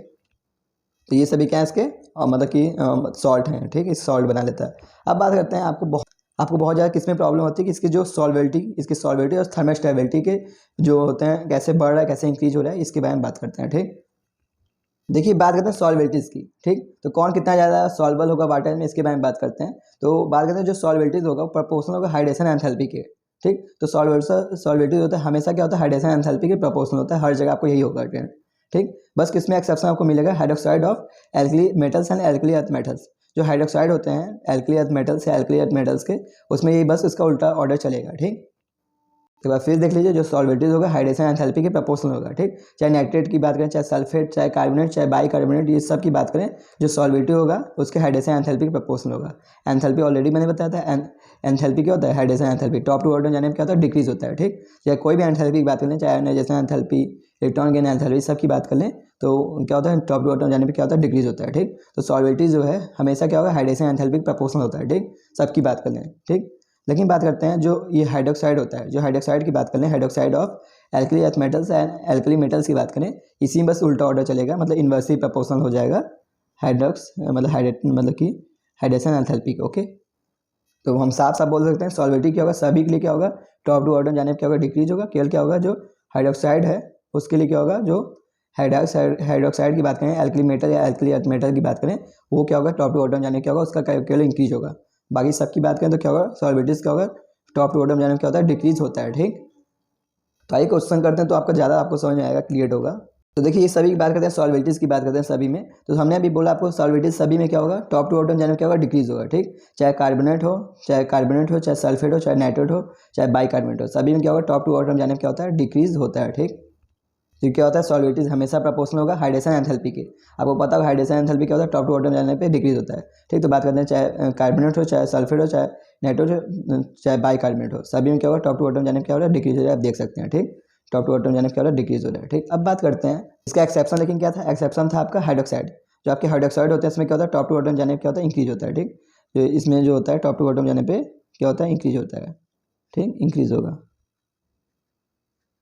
ओके, तो हाइड्रोक्साइड वाले में क्या होता है, टॉप टू बॉटम जाने पे इंक्रीज होता है, ठीक। इसमें एक्सेप्शन होता है, ठीक। आप देख सकते हैं हाइड्रोक्साइड, तो इसमें देख सकते हैं जो रुबिडियम हाइड्रोक्साइड इसका अधिक होगा, ऐसी बात करते हैं स्ट्रॉन्सियम हाइड्रोक्साइड का भी अधिक होगा, ओके। देखिए नीट 2015 क्वेश्चन है, क्या बोला है, solubility of alkali earth metals sulphate, जो है alkali earth metal sulphate in water, ठीक। तो हमको सॉल्वेबिलिटी बताना है सल्फेट के बारे में, ठीक। सल्फेट की सॉल्वेबिलिटी बताना है, एल्कली अर्थ मेटल के सल्फेट की सॉल्वेबिलिटी बताना है in water, decreasing in sequence, ठीक। डिक्रीजिंग ऑर्डर हमको बताना है इसका, ओके। मैंने आपको बोला सल्फेट हो, कार्बोनेट हो, बाइकार्बोनेट हो, चाहे नाइट्रेट हो, सब की सॉल्वेबिलिटी क्या होती है, टॉप टू बॉटम जाने पर क्या होती है, डिक्रीज होती है, ठीक। तो टॉप टू बॉटम जाने पर क्या होती है, सभी क्या होती है, चाहे केवल किसको छोड़ना है, केवल हाइड्रोक्साइड को छोड़ देना है, ठीक। बाकी सब की क्या होती है, टॉप टू बॉटम जाने पर क्या होती है, डिक्रीज होती है, ओके। क्योंकि क्या होता है, हाइड्रेशन एंथैल्पी डिक्रीज होता है, इसलिए सॉल्वेबिलिटी भी डिक्रीज होती है टॉप टू बॉटम जाने पे, ओके। सिंपल रीजन मैंने आपको बताया था। इसलिए क्या होगा, सबसे अधिक किसका होगा, मैग्नीशियम का होगा, ठीक। फिर उसके बाद कैल्शियम का होगा, फिर स्ट्रॉन्सियम का होगा, फिर बेरियम का होगा, ठीक। टॉप टू बॉटम जाने पे क्या होगा, घटेगा, ठीक। ऑप्शन कौन सा होगा, डी, ओके। अब दूसरा बात करते हैं थर्मल स्टेबिलिटीज़ की बात करते हैं। तो देखिए थर्मल स्टेबिलिटी जो है हमेशा क्या होता है, टॉप टू बॉटम जाने पे क्या होगा, इंक्रीज होगा, ठीक। तो थर्मल स्टेबिलिटी क्या होता है, टॉप टू बॉटम जाने पे हमेशा क्या होता है, इंक्रीज होता है, ठीक। यानी ऐसा ही बोल सकते हैं, जिसका एटॉमिक वेट ज़्यादा होगा उसको हमको उसको ज़्यादा थर्मल एनर्जी देना होगा, उसको मतलब कि थर्मल एनर्जी उसको ज़्यादा देना होगा जिसका एटॉमिक वेट ज़्यादा होगा, ठीक। इसलिए क्या होता है, टॉप टू बॉटम जाने में क्या होता है, एटॉमिक वेट बढ़ता है, इसलिए क्या होता है, थर्मल स्टेबिलिटी भी क्या होती है, बढ़ती जाती है, ठीक। कि जिसका रेडियस ज़्यादा है, जिसका एटॉमिक वेट ज़्यादा है, उसको हमको ज़्यादा एनर्जी देना होगा, उसको थर्मल मतलब उसको उसके बॉन्ड को तोड़ने के लिए, ऐसे ही बोल सकते हैं, ओके। या उसको मेल्ट करने के लिए हमको क्या करना होगा, ज़्यादा एनर्जी देना होगा, ठीक। तो वही बोलते हैं टॉप टू बॉटम जाने में क्या होता है, हमेशा क्या होता है, इंक्रीज होता है थर्मल स्टेबिलिटी, चाहे किसी की बात कर लें। लेकिन इसका भी एक्सेप्शन है हाइड्राइड, जो हाइड्राइड उसमें क्या होता है, हाइड्रोक्साइड होता था, ठीक। एक्सेप्शन इसमें क्या है, hydride of S and P block. तो जो एस और पी ब्लॉक इसमें दोनों के लिए होगा, ठीक। चाहे एस ब्लॉक की बात करें चाहे पी ब्लॉक, दोनों की जो हाइड्राइड है उसकी क्या होगी, उल्टा हो जाएगी, यानी टॉप टू बॉटम जाने में क्या होगा, डिक्रीज होगा, ठीक। इसका रीजन यही है कि यहाँ पे क्या होता है कि जो हाइड्राइड जो होते हैं वो हाइड्रोजन बॉन्ड बना लेते हैं, इसलिए क्या होता है, उनका एनर्जी थोड़ा ज़्यादा हो जाता है, थर्मल स्टेबिलिटी, ठीक। जैसे बात कर लें, जो हाइड्राइड होते हैं जैसे अमोनिया होते हैं, ये सब क्या बना लेते हैं, हाइड्रोजन बॉन्ड बना लेते हैं, इसलिए क्या होता है कि थर्मल स्टेबिलिटी ज़्यादा हो जाती है, ठीक। जबकि ऐसे क्या होता है, इन जनरल क्या होता है, हमेशा क्या होता है, टॉप टू बॉटम जाने में क्या होता है, इंक्रीज होता है। जिसका ज़्यादा एटॉमिक वेट होगा उसको ज़्यादा हमको एनर्जी देनी होगी, उसको पिघलाने में, उसको मेल्ट करने में, ऐसा ही बोल सकते हैं, ओके। इसका एक्सेप्शन क्या है, हाइड्राइड। जो हाइड्राइड होते हैं इसमें क्या होता है, टॉप टू बॉटम जाने में क्या होता है, डिक्रीज होता है, ठीक। तो एक बार फिर देख लीजिए, जैसे ये लिथियम कार्बोनेट है, हाइड्रोक्साइड है, सल्फेट है, बाइकार्बोनेट है, इस सब में क्या होगा, थर्मल स्टेबिलिटीज़ की बात करेंगे तो टॉप टू बॉटम जाने पर क्या होगा, डिक्रीज होगा, सॉरी इंक्रीज होगा टॉप टू बॉटम जाने पर, ठीक। क्योंकि एटॉमिक वेट बढ़ रहा है, ठीक, एटॉमिक साइज बढ़ रहा है, इसलिए क्या होगा, ज़्यादा हमको एनर्जी देनी होगी इसको पिघलाने में, ओके। तो इन सब के लिए वही सेम होगा, चाहे कार्बोनेट की बात करें, हाइड्रोक्साइड की बात कर लें, सल्फेट की बात करें, चाहे बाइकार्बोनेट की बात करें, चाहे नाइट्रेट की बात कर लें, टॉप टू बॉटम जाने क्या होगा, इंक्रीज होगा थर्मल स्टेबिलिटीज़। अब बात करते हैं केवल हाइड्राइड। जो हाइड्राइड होते हैं इसमें क्या होता है, डिक्रीज होता है, क्योंकि क्या बनाते हैं, जो हाइड्राइड होते हैं ये नहीं लिथियम के नहीं होते हैं, लिथियम हाइड्रोजन बॉन्ड नहीं बनाता है, लेकिन जो अमोनिया के होते हैं, जो अमोनिया के होते हैं ये क्या कर लेते हैं कि हाइड्रोजन बॉन्ड बना लेते हैं, इसलिए इनकी थर्मल स्टेबिलिटी ज़्यादा हो जाती है, ठीक। हाइड्राइड के केस में जस्ट उल्टा होता है, ठीक। बस हाइड्राइड के लिए आपको याद करना है, ओके। और जबकि सॉल्वेटिस किसके लिए उल्टा होती थी, हाइड्रोक्साइड के लिए होती थी उल्टा, ओके। और सॉल्वेटिस क्या होता था, टॉप टू बॉटम जाने में क्या होता है, डिक्रीज होता था, ठीक। क्योंकि हाइड्रेशन एंथैल्पी डिपेंड करता है वो सॉल्वेटी, ओके। जबकि थर्मल स्टेबिलिटी किस पे डिपेंड करता है, उसके एटॉमिक वेट मास पे डिपेंड करता है, ओके। जैसे कि देखिए नीट का क्वेश्चन 2007 क्वेश्चन है, क्या बोला है, the correct order of increasing thermal stability किसका, potassium carbonate, magnesium carbonate, calcium carbonate और बेरियम कार्बोनेट का बताना है, ठीक। बेरिलियम कार्बोनेट का, ओके। तो हमने क्या बताया था आपको, टॉप टू बॉटम जाने पर क्या होता है, इंक्रीज होता है, ठीक। थर्मल स्टेबिलिटी क्या होती है, चाहे कार्बोनेट हो, सल्फेट हो, नाइट्रेट हो, सबकी क्या होती है, टॉप टू बॉटम जाने क्या होता है, इंक्रीज होती है, ओके। तो देखिए यही ऑप्शन होगा पहला, जो बेरियम है, मैग्नीशियम है और कैल्शियम है, ये सब तो सेम ग्रुप के हैं। जो पोटेशियम है ये क्या है, एल्कली मेटल्स है, जबकि ये तीनों क्या है, एल्कली अर्थ मेटल्स हैं। लेकिन आप साइज की बात करें तो एल्कली मेटल्स का ज़्यादा होता है, एल्कली मेटल्स का ज़्यादा है, एल्कली अर्थ मेटल्स का, इसलिए एल्कली अर्थ मेटल्स का ज़्यादा होता है, एल्कली अर्थ मेटल से, एल्कली मेटल का ज़्यादा होता है एल्कली अर्थ मेटल से, इसलिए क्या है, पोटेशियम का सबसे ज़्यादा होगा, साइज के पे ही डिपेंड करता है ये, ओके। देखिए सबसे अधिक साइज किसका है, पोटेशियम कार्बोनेट का है, फिर कैल्शियम कार्बोनेट का है, ठीक। तो ये तीनों तो सेम है, बेरियम, मैग्नीशियम, कैल्शियम तीनों सेम है, ठीक। पोटेशियम उससे भी ज़्यादा है, कैल्शियम से भी ज़्यादा होता है साइज, ओके। तो सबसे अधिक होगा पोटेशियम कार्बोनेट, फिर कैल्शियम कार्बोनेट, फिर मैग्नीशियम, फिर बेरियम आएगा, ओके। आंसर कौन सा होगा, ए, ओके। तो ये भी नीट 2015 क्वेश्चन है, बहुत अच्छा क्वेश्चन है। On heating which of the following release CO2 most easily, तो इसमें से हीटिंग करने में कौन सबसे जल्दी CO2 दे देगा, तो CO2 सबसे पहले कौन देगा, जो क्या होगा, थर्मली कम स्टेबल होगा, जो थर्मली कम स्टेबल होगा वही क्या होगा, जल्दी CO2 निकाल देगा। जो थर्मली ज़्यादा स्टेबल है वो जल्दी CO2 नहीं निकालेगा, जबकि यही बोला जब हीट करते हैं तो कौन CO2 जल्दी निकालेगा, जो क्या होगा, थर्मली अनस्टेबल होगा। अब देख लेते हैं इसमें थर्मली अनस्टेबल कौन होगा। अब देखिए जो सोडियम और पोटेशियम है ये दोनों तो एल्कली मेटल्स हैं, इनका थोड़ा ज़्यादा होगा, ठीक। एल्कली मेटल्स हैं सोडियम पोटेशियम। और जबकि ये देखिए जो क्या है मैग्नीशियम कार्बोनेट और कैल्शियम कार्बोनेट, ये क्या है एल्कली अर्थ मेटल्स का है, ठीक। तो देखने में तो आपको देखिए सोडियम इन दोनों का आपको सेम लगना चाहिए क्योंकि ये दोनों क्या सेम पीरियड के हैं, ठीक। लेकिन क्या होता है कि जो मतलब कि आप टॉप टू बॉटम जाते हैं, यदि पीरियड की बात करें तो टॉप टू बॉटम जाते हैं, सॉरी मतलब पीरियड की बात करें यदि सोडियम देखिए क्या है ये जो है आपका मतलब कि एल्कली अर्थ मेटल्स है, ठीक। ये एल्कली अर्थ मेटल्स जबकि ये क्या है एल्कली मेटल्स है, ठीक। ये बात करते हैं एल्कली अर्थ मेटल्स जो है इसका जो होता है साइज क्या होता है छोटा होता है। एल्कली अर्थ मेटल्स का साइज क्या होता है छोटा होता है एल्कली मेटल्स से, आप देख सकते हैं जबकि दोनों क्या सेम पीरियड के हैं, ओके। तो यदि आपको साइज का ऑर्डर पता है तब तुरंत सही कर सकते हो, ओके। तो जो ये इसका साइज इससे छोटा है, आप यहाँ से देख सकते हैं, ठीक है। आंसर कौन सा होगा सी होगा। जो मैग्नीशियम कार्बोनेट है ये जल्दी CO2 निकाल देगा क्योंकि इसका साइज बहुत छोटा है, ये थर्मली क्या है कम स्टेबल अनस्टेबल मतलब थर्मली कम स्टेबल है, ओके। तो ये भी नीट 2008 का क्वेश्चन है। The alkali metal from the salt like hydride by the direct मतलब क्या synthesis at average temperature the thermal stability of hydride decreasing in which of the following order. तो thermal stabilities की order क्या होगी हमसे पूछा है। देखिए ये हाइड्राइड है, हाइड्राइड में क्या होता है जस्ट उल्टा हो जाता है ऑर्डर, ठीक है। ऐसे तो क्या होता है टॉप टू बॉटम जाने पर क्या होता है इंक्रीज होता है, ठीक। जो थर्मल स्टेबिलिटी है टॉप टू बॉटम जाने पे इंक्रीज होता है, ठीक। लेकिन हाइड्राइड के केस में क्या होता है उल्टा हो जाता है, ओके। हाइड्राइड के केस में क्या हो जाता है उल्टा हो जाता है, ठीक। यानी टॉप टू बॉटम जाने क्या होगा डिक्रीज होगा। आंसर कौन सा होगा डी, ओके, ठीक। तो आंसर कौन सा होगा हमारा डी, टॉप टू बॉटम जाने क्या होगा डिक्रीज होगा क्योंकि ये क्या है हाइड्राइड है, ओके।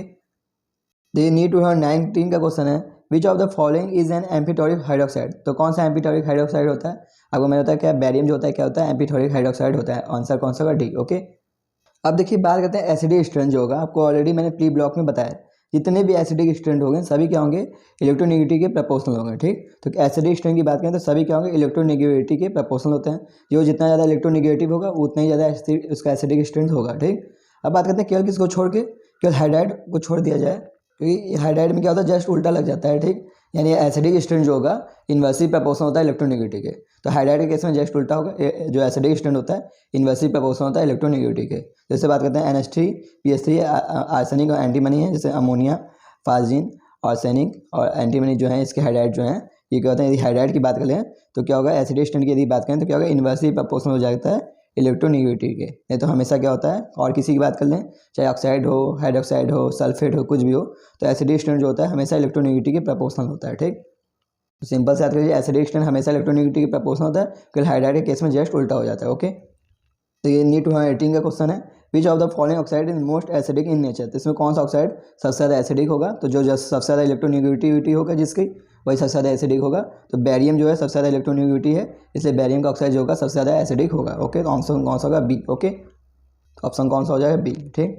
अब बात करते हैं एमनॉमनस प्रॉपर्टी ऑफ लिथियम और एमनॉमनस प्रॉपर्टीज ऑफ बेरिलियम की बात करते हैं, ठीक। तो जो लिथियम है ये जो लिथियम जो अपने सबसे ऊपर जो है और जो बेरिलियम है ये भी क्या है सबसे ऊपर है। जो ऊपर वाले होते हैं इनके कुछ प्रॉपर्टीज कुछ अलग होती है सबसे, ठीक। ये कुछ एमनॉमनस प्रॉपर्टीज दिखाते हैं मतलब कुछ हट के प्रॉपर्टीज दिखाते हैं, इसे ही कहते हैं एमनॉमनस प्रॉपर्टीज, ओके।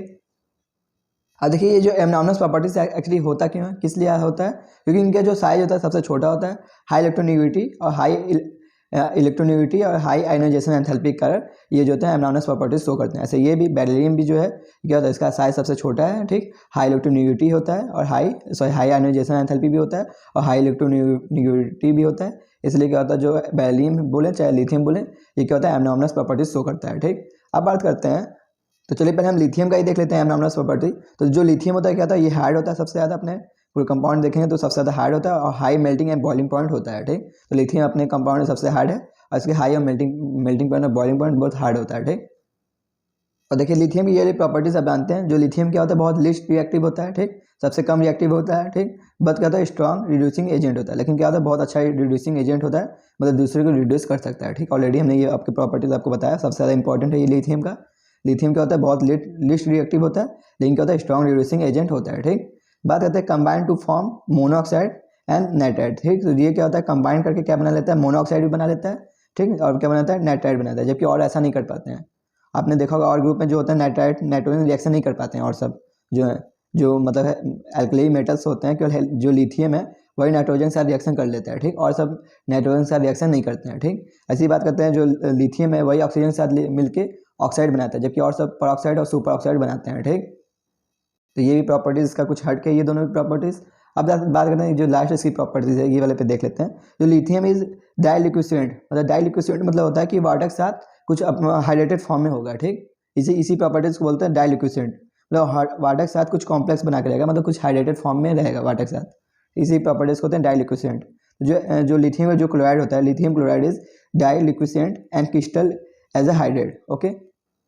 तो जो लिथियम क्लोराइड होता है कैसा होता है, डाइलिक्विसेंट होता है, और क्या होता है थोड़ा इसका स्ट्रक्चर कैसा होता है, क्रिस्टल होता है, कैसा होता है हाइड्रेटेड फॉर्म में होता है, ठीक। जैसे आप देख सकते हैं लिथियम जो होता है वाटर के 2 हाइड्रेटेड फॉर्म के साथ बनाता है स्ट्रक्चर। लिथियम जो क्लोराइड है 2 हाइड्रेटेड वाटर के साथ अपना स्ट्रक्चर बनाता है, ठीक। और जबकि अदर क्या कहते हैं, नॉट फॉर्म हाइड्रेटेड, जबकि अदर ऐसे हाइड्रेटेड नहीं बना सकते हैं वाटर के साथ, ठीक। अब आइए बेरिलियम की देख लेते हैं, एमोनस प्रॉपर्टीज की बात करते हैं बेरिलियम के। तो जो बेरिलियम है ये कैसे होता है, कोवैलेंट होते हैं, आपको पता है। जो बेरिलियम के जो जितने भी आपको मतलब कंपाउंड मिलेंगे कैसे होते हैं, कोवैलेंट होते हैं। जैसे हैलाइड की बात कर ले बेरिलियम का, वो क्या होता है, कोवैलेंट होता है, ठीक। जबकि उसका मतलब कि क्या नाम है, सॉलिड स्टेट में उसका अलग स्ट्रक्चर होता है, चेन स्ट्रक्चर होता है। वेपर फेज में डाइमर बनाता है, जबकि 12,000 केल्विन से अधिक टेम्परेचर देने में क्या बनाता है, मोनोमर बनाता है, ठीक। तो क्या होता है बेरिलियम जो क्लोराइड होते हैं क्या होते हैं, कोवैलेंट नेचर के होते हैं, ठीक। बात करते हैं इसकी मैक्सिमम कोवैलेंसी कितनी हो सकती है, 4 हो सकती है। तो बेरिलियम की मैक्सिमम कोवैलेंसी कितनी हो सकती है, 4 हो सकती है। जबकि अदर की बात करें तो वो 6 तक बना सकते हैं कोवैलेंसी, मतलब उनकी कोवैलेंसी कितनी हो सकती है, 6 तक हो सकती है, ठीक। बात करते हैं ऐसा रीजन क्या है इसका, क्योंकि उनके पास क्या होता है, डी ऑर्बिटल्स होता है, ठीक। तो जो मैक्सिमम कोवैलेंसी जो होते हैं बेरिलियम की कितनी हो सकती है, 4 होती है। जबकि अदर सब की कितनी हो सकती है, 6 तक हो सकती है मैक्सिमम कोवैलेंसी, क्योंकि उनके पास क्या होता है, डी ऑर्बिटल्स होते हैं, ओके। अब देखिए बात करते हैं लिथियम के कुछ और प्रॉपर्टीज़ की बात कर लेते हैं, एमोनस प्रॉपर्टीज़ की बात करते हैं और कुछ। तो पहला क्या है, लिथियम जो होता है, दूसरा मतलब कि जो भी है लिथियम क्या है, जब क्या होता है इसको हम गर्म करते हैं लिथियम की नाइट्रेट को, तो क्या होता है लिथियम ऑक्साइड बनाता है, नाइट्रेट बनाता है, ऑक्सीजन बनाता है, ठीक। एक बार फिर देख लीजिए, लिथियम नाइट्रेट को जब हम गर्म करते हैं तो लिथियम ऑक्साइड बनाता है, नाइट्रोजन डाइऑक्साइड बनाता है, और क्या बनाता है, ऑक्सीजन गैस रिलीज करता है, ठीक। जबकि इसको सोडियम नाइट्रेट को गर्म करते हैं तो ऐसा कुछ नहीं होता है। सोडियम नाइट्रेट को गर्म करते हैं तो नाइट्राइड बना देता है, ठीक। सोडियम नाइट्रेट को गर्म करते हैं नाइट्राइड और ऑक्सीजन गैस निकालता है, ठीक। इसका सिंपल रीजन ये है कि क्योंकि ये क्या बना, यदि ये ऑक्साइड में टूटेगा तो ये ऑक्साइड ना टूट के परऑक्साइड बनाना पड़ेगा इसको। यदि सोडियम टूटेगा तो इसको परऑक्साइड बनाना पड़ेगा, इसलिए ऑक्सीजन नहीं टूटता है। इसका क्या होता है कि नाइट्रेट में टूटता है। तो नाइट्रोजन जो नाइट्रेट है इसको गर्म करते हैं तो नाइट्रेट बनाता है, ठीक, नाइट्राइड बनाता है। नाइट्रेट गर्म करते हैं तो नाइट्राइड बनाता है, ठीक, क्योंकि ये परऑक्साइड बना लेगा यदि ऑक्साइड बनाना पड़ेगा तो, ठीक। जबकि लिथियम का गर्म करते हैं लिथियम की नाइट्रेट को, तो ऑक्साइड लिथियम का ऑक्साइड बनाता है और नाइट्रोजन डाइऑक्साइड बनाता है, ऑक्सीजन गैस रिलीज करता है, ठीक। अब बात करते हैं जो लिथियम फ्लोराइड है और हाइड्रोक्साइड है are less soluble in water, ठीक। तो मैंने आपको बताया था जो लिथियम का हाइड्रोक्साइड होते हैं, जो हाइड्रोक्साइड होते हैं क्या होता है, टॉप टू बॉटम जाने पर क्या होते हैं, बढ़ते हैं। जो हाइड्रोक्साइड की सॉल्बिलिटी होती है क्या होती है, टॉप टू बॉटम जाने पर क्या होती है, बढ़ती है। तो ये तो आपको पता था, ठीक, हाइड्रोक्साइड के बारे में पता था, ओके।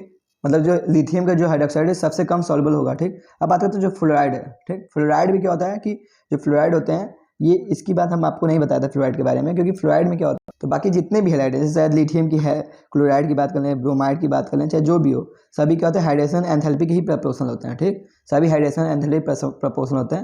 लेकिन जो फ्लोराइड है ये उल्टा हो जाता है फ्लोराइड में, ठीक। तो जो फ्लोराइड होते हैं लिथियम के वो क्या होते हैं कि टॉप टू बॉटम जाने पे ये भी क्या होता है, इंक्रीज होते हैं, ठीक। लिथियम की फ्लोराइड की सॉल्बिलिटी भी क्या होती है, टॉप टू बॉटम जाने पे क्या होती है, इंक्रीज होती है। इसलिए मैंने इसके बारे में नहीं बताया क्योंकि इसके बारे में बहुत ज़्यादा कंफ्यूजन है लोगों को, क्योंकि किसी क्लोराइड में किसी में बढ़ती है ब्रोमाइड में किसी में घटने लगती है, तो इसका अलग अलग ट्रेंड है। जो इसके हैलाइड हैं इसका अलग ही ट्रेंड होता है सबका। तो आप सिंपल से याद भी कर सकते हैं, जो लिथियम फ्लोराइड चाहे लिथियम के हाइड्रोक्साइड की बात करें तो टॉप टू बॉटम जाने में क्या होती है, बढ़ती है। इसलिए लिथियम की फ्लोराइड और लिथियम के हाइड्रोक्साइड होते हैं सबसे कम सॉल्युबल होते हैं वाटर में, ठीक। तो सिंपल से याद करें, लिथियम फ्लोराइड और लिथियम के हाइड्रोक्साइड होते हैं कम सॉल्युबल होते हैं वाटर में, ओके। ये जो ये हैलाइड होता है इसका ट्रेंड सही नहीं होता है। हैलाइड का जो सॉल्विलिटी का ट्रेंड होता है कुछ अलग अलग होता है सबके लिए, आयोडीन के लिए अलग होता है, इसलिए हम क्लियर नहीं बता सकते हैं इसके हैलाइड के बारे में, ओके। तो बस आप सिंपल याद करिए, जो लिथियम फ्लोराइड और लिथियम हाइड्रोक्साइड होते हैं ये कम सॉल्युबल होते हैं वाटर में, ओके। अब बात करते हैं जो लिथियम में सल्फेट है, कार्बोनेट है, नाइट्रेट है, बाइकार्बोनेट है, ये हाईली सॉल्युबल इन वाटर, आप जानते भी हैं ये सब क्या होता है, सॉल्युबल बहुत ज़्यादा होते हैं, क्योंकि ये सब किससे प्रपोर्शन होते हैं, हाइड्रेशन एंथैल्पी प्रपोर्शन होते हैं। जो ये सब होते हैं क्या होता है, हाइड्रेशन एंथैल्पी प्रपोर्शन होते हैं। और हाइड्रेशन एंथैल्पी क्या होता है, टॉप बॉटम जाने पर क्या होता है, घटता है, ओके।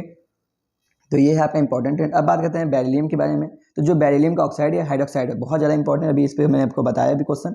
तो बेरिलियम के जो ऑक्साइड है और हाइड्रोक्साइड होते हैं या क्लोराइड की बात करें, तीनों ही क्या होते हैं, एम्फीटोरिक इन नेचर के होते हैं, ठीक। तो बेरिलियम के ऑक्साइड, हाइड्रोक्साइड या क्लोराइड की बात करें, तीनों ही क्या होते हैं, एम्फीटोरिक नेचर के होते हैं, ठीक। अब बात करते हैं जो बेरिलियम का जो हाइड्रोक्साइड है ये लेस सॉल्युबल होता है, ठीक। जैसे ये भी इसका भी हाइड्रोक्साइड क्या होता है, लेस होता है, ऐसे इसके भी जो हाइड्रोक्साइड है बेरिलियम का हाइड्रोक्साइड जो होता है ये भी क्या होता है, लेस सॉल्युबल होता है इन वाटर में, ओके। जबकि बेरिलियम का सल्फेट, कार्बोनेट और नाइट्रेट ये सब क्या होता है, बहुत ज़्यादा ही हाईली सॉल्युबल होते हैं, क्योंकि ये भी क्या है, हाइड्रेशन एंथैल्पी प्रोपोर्शनल होते हैं। ठीक, तो ये है एब्नॉर्मल प्रॉपर्टीज ऑफ बेरिलियम और लिथियम के बारे में। अब बात करते हैं डायगोनल रिलेशनशिप के बारे में बात करते हैं। मैं बोलते बोलते गला दर्द करने लगा। ओके, फिर से एक बार बोलते हैं, डायगोनल रिलेशनशिप की बात करते हैं। किस, देखिए जो लिथियम होता है किसके साथ डायगोनल रिलेशन दिखाता है, मैग्नीशियम के साथ दिखाता है। ठीक, और जो बेरिलियम है किसके साथ डायगोनल रिलेशन दिखाता है, एल्युमिनियम के साथ दिखाता है। ओके, और डायगोनल रिलेशन मतलब होता क्या है, मतलब इनकी कुछ प्रॉपर्टीज सिमिलर आ जाती हैं। डायगोनल रिलेशन मतलब ये होता है कि लिथियम जो है ये अलग ग्रुप का है, ठीक, मैग्नीशियम अलग ग्रुप का है, लेकिन इनकी प्रॉपर्टीज कुछ सिमिलर है, कुछ में देखने को मिलती है। ऐसे जो बेरिलियम है ये क्या है, अलग ग्रुप का है। ठीक, ये एस ब्लॉक का है, जबकि ये किसका है, पी ब्लॉक का है। ठीक, तो ये भी क्या है, इसमें भी लेकिन सिमिलर आ जाती है कुछ ग्रुप, कुछ प्रॉपर्टीज। ओके, इसीलिए कहते हैं डायगोनल रिलेशनशिप। ठीक, अब देखिए जो डायगोनल रिलेशनशिप आखिर दिखता क्यों है, क्यों होता है, क्योंकि क्या होता है जो इनकी साइज है लगभग बराबर हो जाती है, दोनों की साइज लगभग बराबर आएंगी हम निकालेंगे तो due to similar size of radii, तो इनकी एटॉमिक रेडियाई की साइज सिमिलर होती है, इसलिए क्या होता है डायगोनल रिलेशनशिप दिखाता है। ऐसे इसकी बात करें तो इसके भी क्या होता है, एटॉमिक साइज या आयनिक साइज की जो होते हैं सिमिलर होते हैं, इसलिए ये भी क्या होता है एल्युमिनियम के साथ क्या करता है, मतलब कि डायगोनल रिलेशनशिप दिखाता है बेरिलियम। ओके, अब देखिए पहला प्रॉपर्टीज क्या है, पहले इसके देख लेते हैं, लिथियम और मैग्नीशियम के साथ डायगोनल रिलेशन की बात करते हैं, तो कौन कौन सा इसमें सिमिलरिटीज है ये देख लेते हैं। तो lithium and magnesium slowly react with water form hydroxide. तो लिथियम एंड मैग्नीशियम दोनों क्या करते हैं, वाटर रिएक्शन कर लेते हैं और क्या बनाते हैं, हाइड्रोक्साइड बनाते हैं। ठीक, which is less soluble in water, दोनों क्या होता है, बहुत कम सॉल्युबल होते हैं, आपको पता होगा। हाइड्रोक्साइड क्या होता है, लेस सॉल्युबल होता है, हाइड्रोक्साइड का ट्रेंड। ठीक, अब आते हैं बहुत फॉर्म नाइट्रेट, दोनों ही क्या करते हैं, नाइट्रेट बनाते हैं। ठीक, जबकि और कोई ग्रुप में नहीं बनाता था, आपको पता होगा। जो यदि एल्कली मेटल की बात करें, कि लिथियम ही ऐसा है जो क्या बनाता है, नाइट्रेट, जबकि और सब नहीं बनाते थे। ठीक, ऐसे इसमें बात करते हैं जो मैग्नीशियम है, जबकि एल्कली अर्थ मेटल की बात करें, सभी क्या करते थे, बनाते थे, सभी बनाते थे नाइट्रेट। ओके, तो यही बोलता है कि दोनों बना लेते हैं नाइट्रेट। ओके, तीसरा क्या है प्रॉपर्टीज कि देखिए बहुत लिथियम एंड मैग्नीशियम क्लोराइड, जो लिथियम क्लोराइड और magnesium chloride are deliquescent and crystalline form aqueous solution. तो दोनों ही क्या होते हैं, डाइलिक्विसेंट होते हैं, मतलब दोनों ही क्या करते हैं कि मतलब वो हाइड्रेटेड फॉर्म में बना सकते हैं। ओके, तो चाहे मैग्नीशियम की बात करें, चाहे लिथियम की बात करें, चाहे मैग्नीशियम क्लोराइड की बात करें, दोनों के जो क्लोराइड होते हैं वो क्या कर लेते हैं, डाइलिक्विसेंट बनाते हैं, मतलब क्या बनाते हैं, हाइड्रेटेड बना लेते हैं। ठीक, तो देखिए ये क्या होता है, लिथियम जो होता है टू वाटर के साथ बनाता है हाइड्रेटेड। ठीक, जबकि मैग्नीशियम क्या होता है, 6 वाटर के साथ बनाता है hydrated form. Okay, magnesium chloride. Okay, तो इंपॉर्टेंट ये भी है, दोनों क्या बना देते हैं, आपका हाइड्रेटेड फॉर्म करते हैं, इसीलिए तो ये सब कुछ सिमिलरिटीज़ है, कुछ डायगोनल रिलेशनशिप है। अब बात करते हैं इसका बेरिलियम का एल्युमिनियम से डायगोनल रिलेशन की बात करते हैं। तो पहला क्या है, पहला यही है, बेरिलियम और aluminium is not readily attacked with acid because they are present of oxide film on the surface of the metal. तो जो बेरिलियम और एल्युमिनियम जो है दोनों ही क्या करते हैं, एसिड के साथ रिएक्शन नहीं करते, दोनों ही आपको पता होगा, क्योंकि दोनों ही क्या करते हैं, अपने ऊपर क्या कर लेते हैं, एक ऑक्साइड का फिल्म बना लेते हैं अपने ऊपर। ठीक, इसी कार्य क्या करते हैं, दोनों ही क्या करते हैं, रिएक्शन नहीं कर पाते हैं। ठीक, दोनों ही क्या करते हैं कि एसिड के साथ रिएक्शन नहीं करते हैं, बेरिलियम और एल्युमिनियम दोनों ही। ठीक, दूसरा क्या है कि दोनों ही क्या बनाते हैं, हाइड्रोक्साइड बनाते हैं। ठीक, और इनके हाइड्रोक्साइड जो होते हैं टेट्रा फॉर्म में दोनों ही हाइड्रोक्साइड बनाते हैं, आप देख सकते हैं यहाँ से। ठीक, अगला क्या है, बहुत बेरिलियम एल्युमिनियम है bridge chloride structure in vapour phase. तो दोनों का वेपर फेज में कैसा होता है, ब्रिज क्लोराइड स्ट्रक्चर होता है, आपको पता होगा। बेरिलियम का भी क्या होता है, डाइमर बना लेता है। ठीक, और ऐसे एल्युमिनियम भी क्या होता है, डाइमर बना लेता है। ठीक, दोनों ही डाइमर बना लेते हैं, जैसे ये डाइमर बनाता है ऐसे एल्युमिनियम बनाता है। आप इसको पी ब्लॉक वाले में पढ़ोगे। ओके, एल्युमिनियम भी डाइमर बनाता है। ठीक, अगला क्या है, जो बेरिलियम और aluminium ions have strong tendency to form complex. ठीक, दोनों की टेंडेंसी होती है कि कॉम्प्लेक्स बनाने की, जैसे कि BF4 नेगेटिव बना सकता है, जैसे एल्युमिनियम क्या होता है, Al6 नेगेटिव बना सकता है। ठीक, तो ये सब इसकी डायगोनल रिलेशनशिप है। ओके, नीट का क्वेश्चन 2019 क्वेश्चन है, which of the alkali metal chloride form क्या है, डाईहाइड्रेटेड सॉल्ट। तो कौन सा डाईहाइड्रेटेड सॉल्ट बनाता है, आपको पता होगा। लिथियम जो होता है ये हाइड्रेटेड फॉर्म करता है, वो भी डाईहाइड्रेटेड। ठीक, जबकि मैग्नीशियम क्या करता है, 6 हाइड्रोजन के साथ बनाता है कॉम्प्लेक्स। ओके, तो ऑप्शन कौन सा होगा, लिथियम क्लोराइड। जो लिथियम क्लोराइड होता है ये क्या करता है, हाइड्रेटेड बनाता है। ओके, आइए तो आप कंपाउंड देख लेते हैं, बहुत सारे आपके मतलब कि सोडियम के कंपाउंड देख लेते हैं, और हमें पढ़ना है सोडियम और कैल्शियम के कंपाउंड के बारे में पढ़ना है। ठीक, तो एल्कली मेटल्स की बात करते हैं। एल्कली मेटल्स में सबसे पहले हम देखते हैं सोडियम कार्बोनेट। ठीक, सोडियम कार्बोनेट की बात करते हैं, इसको वॉशिंग सोडा भी करते हैं। इसका फॉर्मूला होता है Na2CO3 और 10H2O होता है। ठीक, सोडियम कार्बोनेट का फॉर्मूला क्या होता है, Na2CO3 10H2O होता है। ठीक, इसको बोलते हैं वॉशिंग सोडा। ठीक, ये बहुत ज़्यादा इंपॉर्टेंट है, इसका फॉर्मूला आपको याद करना होगा। ठीक, अब बात करते हैं इसको बनाने का मेथड क्या है। इसके बनाने का मेथड है, इसको बोलते हैं सॉल्वे प्रोसेस। तो जो सोडियम कार्बोनेट यानी वॉशिंग सोडा जो हम बनाते हैं, इसका बनाने का कौन सा प्रोसेस है, सॉल्वे प्रोसेस है। ठीक, देखिए इस प्रोसेस में सबसे पहले क्या करते हैं, हम क्या करते हैं, अमोनिया को वाटर और कार्बन डाइऑक्साइड के साथ गर्म करते हैं। ठीक, अमोनिया को वाटर और कार्बन डाइऑक्साइड के साथ गर्म करते हैं तो अमोनियम कार्बोनेट बन जाता है। अमोनिया को वाटर और कार्बन डाइऑक्साइड के साथ गर्म करते हैं तो अमोनियम कार्बोनेट बनता है। ठीक, पहला स्टेप ये हो गया। दूसरा स्टेप क्या होगा, जब अमोनियम कार्बोनेट को बहुत ज़्यादा वाटर और फिर कार्बन डाइऑक्साइड के साथ गर्म करेंगे, जब एक्सेस हो जाएगा वाटर और कार्बन डाइऑक्साइड, ठीक, तो अमोनियम जो कार्बोनेट बना, जब उसका क्या होगा, एक्सेस होगा। जब अमोनियम कार्बोनेट में एक्सेस वाटर ले लेंगे और कार्बन डाइऑक्साइड ले लेंगे, एक्सेस ले लेंगे यही अमोनियम कार्बोनेट में, तो क्या बनेगा, अमोनियम बाइकार्बोनेट बनेगा। ठीक, तो फिर देख लीजिए, अमोनिया में वाटर और कार्बन डाइऑक्साइड से रिएक्शन कराते हैं अमोनिया का, अमोनियम कार्बोनेट बनता है। अमोनियम कार्बोनेट में वाटर और कार्बन डाइऑक्साइड से फिर से रिएक्शन कराते हैं। ठीक, अमोनियम कार्बोनेट जो बना उसमें फिर से वाटर और कार्बन डाइऑक्साइड से रिएक्शन कराते हैं तो अमोनियम बाइकार्बोनेट बनता है। ठीक, अब देखिए जो अमोनियम बाइकार्बोनेट है उसको NaCl के साथ रिएक्शन करते हैं क्योंकि हमको ये हटाना है। ठीक, हमको अमोनिया हटाना है, इसलिए क्रिस क्रॉस रिएक्शन कराएंगे।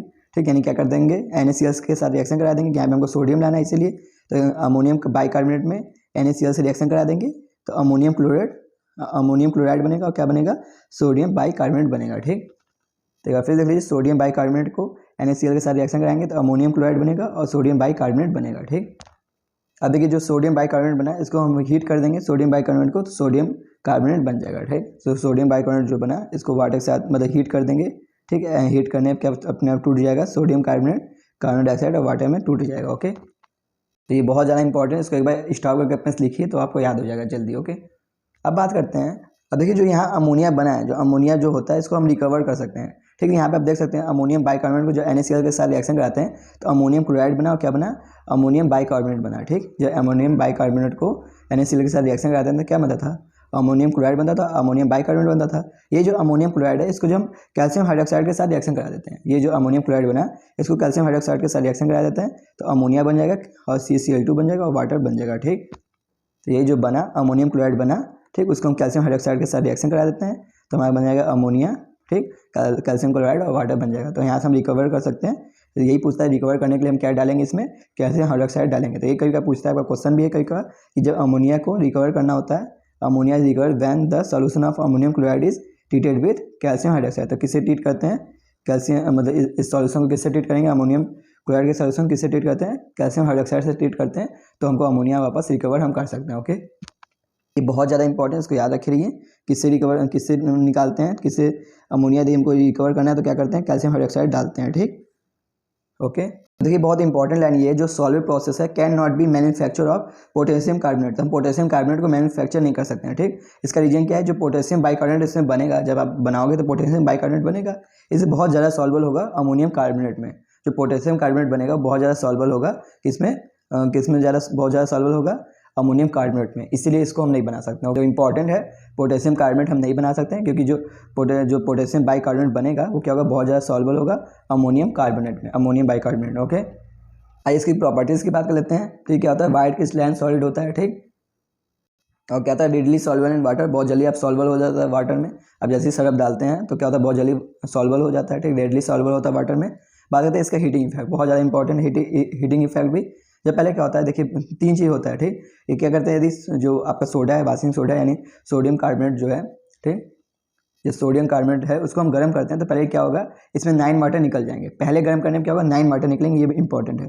क्या बनेगा, मोनोहाइड्रेटेड बनेगा, मतलब एक हाइड्रोजन इसमें रहेगा। ठीक, तो जब सोडियम बाइकार्बोनेट का जो 10 वाटर वाला है उसको आप गर्म करते हैं तो सोडियम कार्बोनेट बनेगा। ठीक, और भी 1 हाइड्रेटेड होगा। ठीक, यानी मोनोहाइड्रेटेड बनेगा। ठीक, तो बहुत ज़्यादा इंपॉर्टेंट क्या बनेगा, मोनोहाइड्रेटेड। अब इससे ज़्यादा टेम्परेचर आप ले लिए, क्या 375 डिग्री सेंटीग्रेड से ज़्यादा टेम्परेचर लेंगे तो क्या होगा, सोडियम कार्बोनेट बनेगा, वाटर बनेगा। इसको बोलते हैं एनहाइड्रेट, मतलब वाटर का पूरा फॉर्म निकल जाता है, इसलिए बोलते हैं इसको एनहाइड्रेट।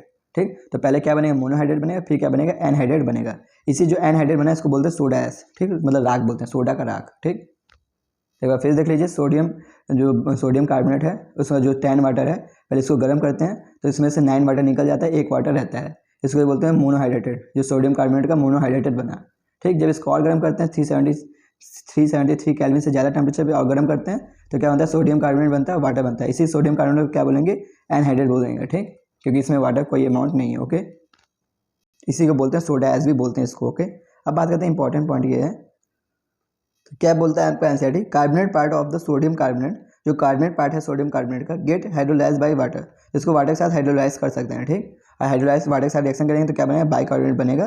ठीक, और हाइड्रोक्साइड आयन बनेगा। ठीक, और फॉर्म करता है एक एल्कलाइन सॉल्यूशन। आप देख सकते हैं यहाँ क्या बनेगा, हाइड्रोक्साइड सॉल्यूशन बनाएगा। ठीक, क्योंकि क्या होता है, एल्कलाइन नेचर का होता है, सोडियम कार्बोनेट क्या है, एल्कलाइन नेचर का है। ठीक, सॉरी मतलब ये जो ये क्या सॉल्ट है, इसको जब वाटर के साथ रिएक्शन कराते हैं तो क्या बनेगा, हमारा बेस बनेगा, ठीक, मतलब एल्कलाइन सॉल्यूशन बनेगा। ओके, बाइकार्बोनेट आयन बनेगा और क्या बनेगा, एल्कलाइन सॉल्यूशन बनेगा।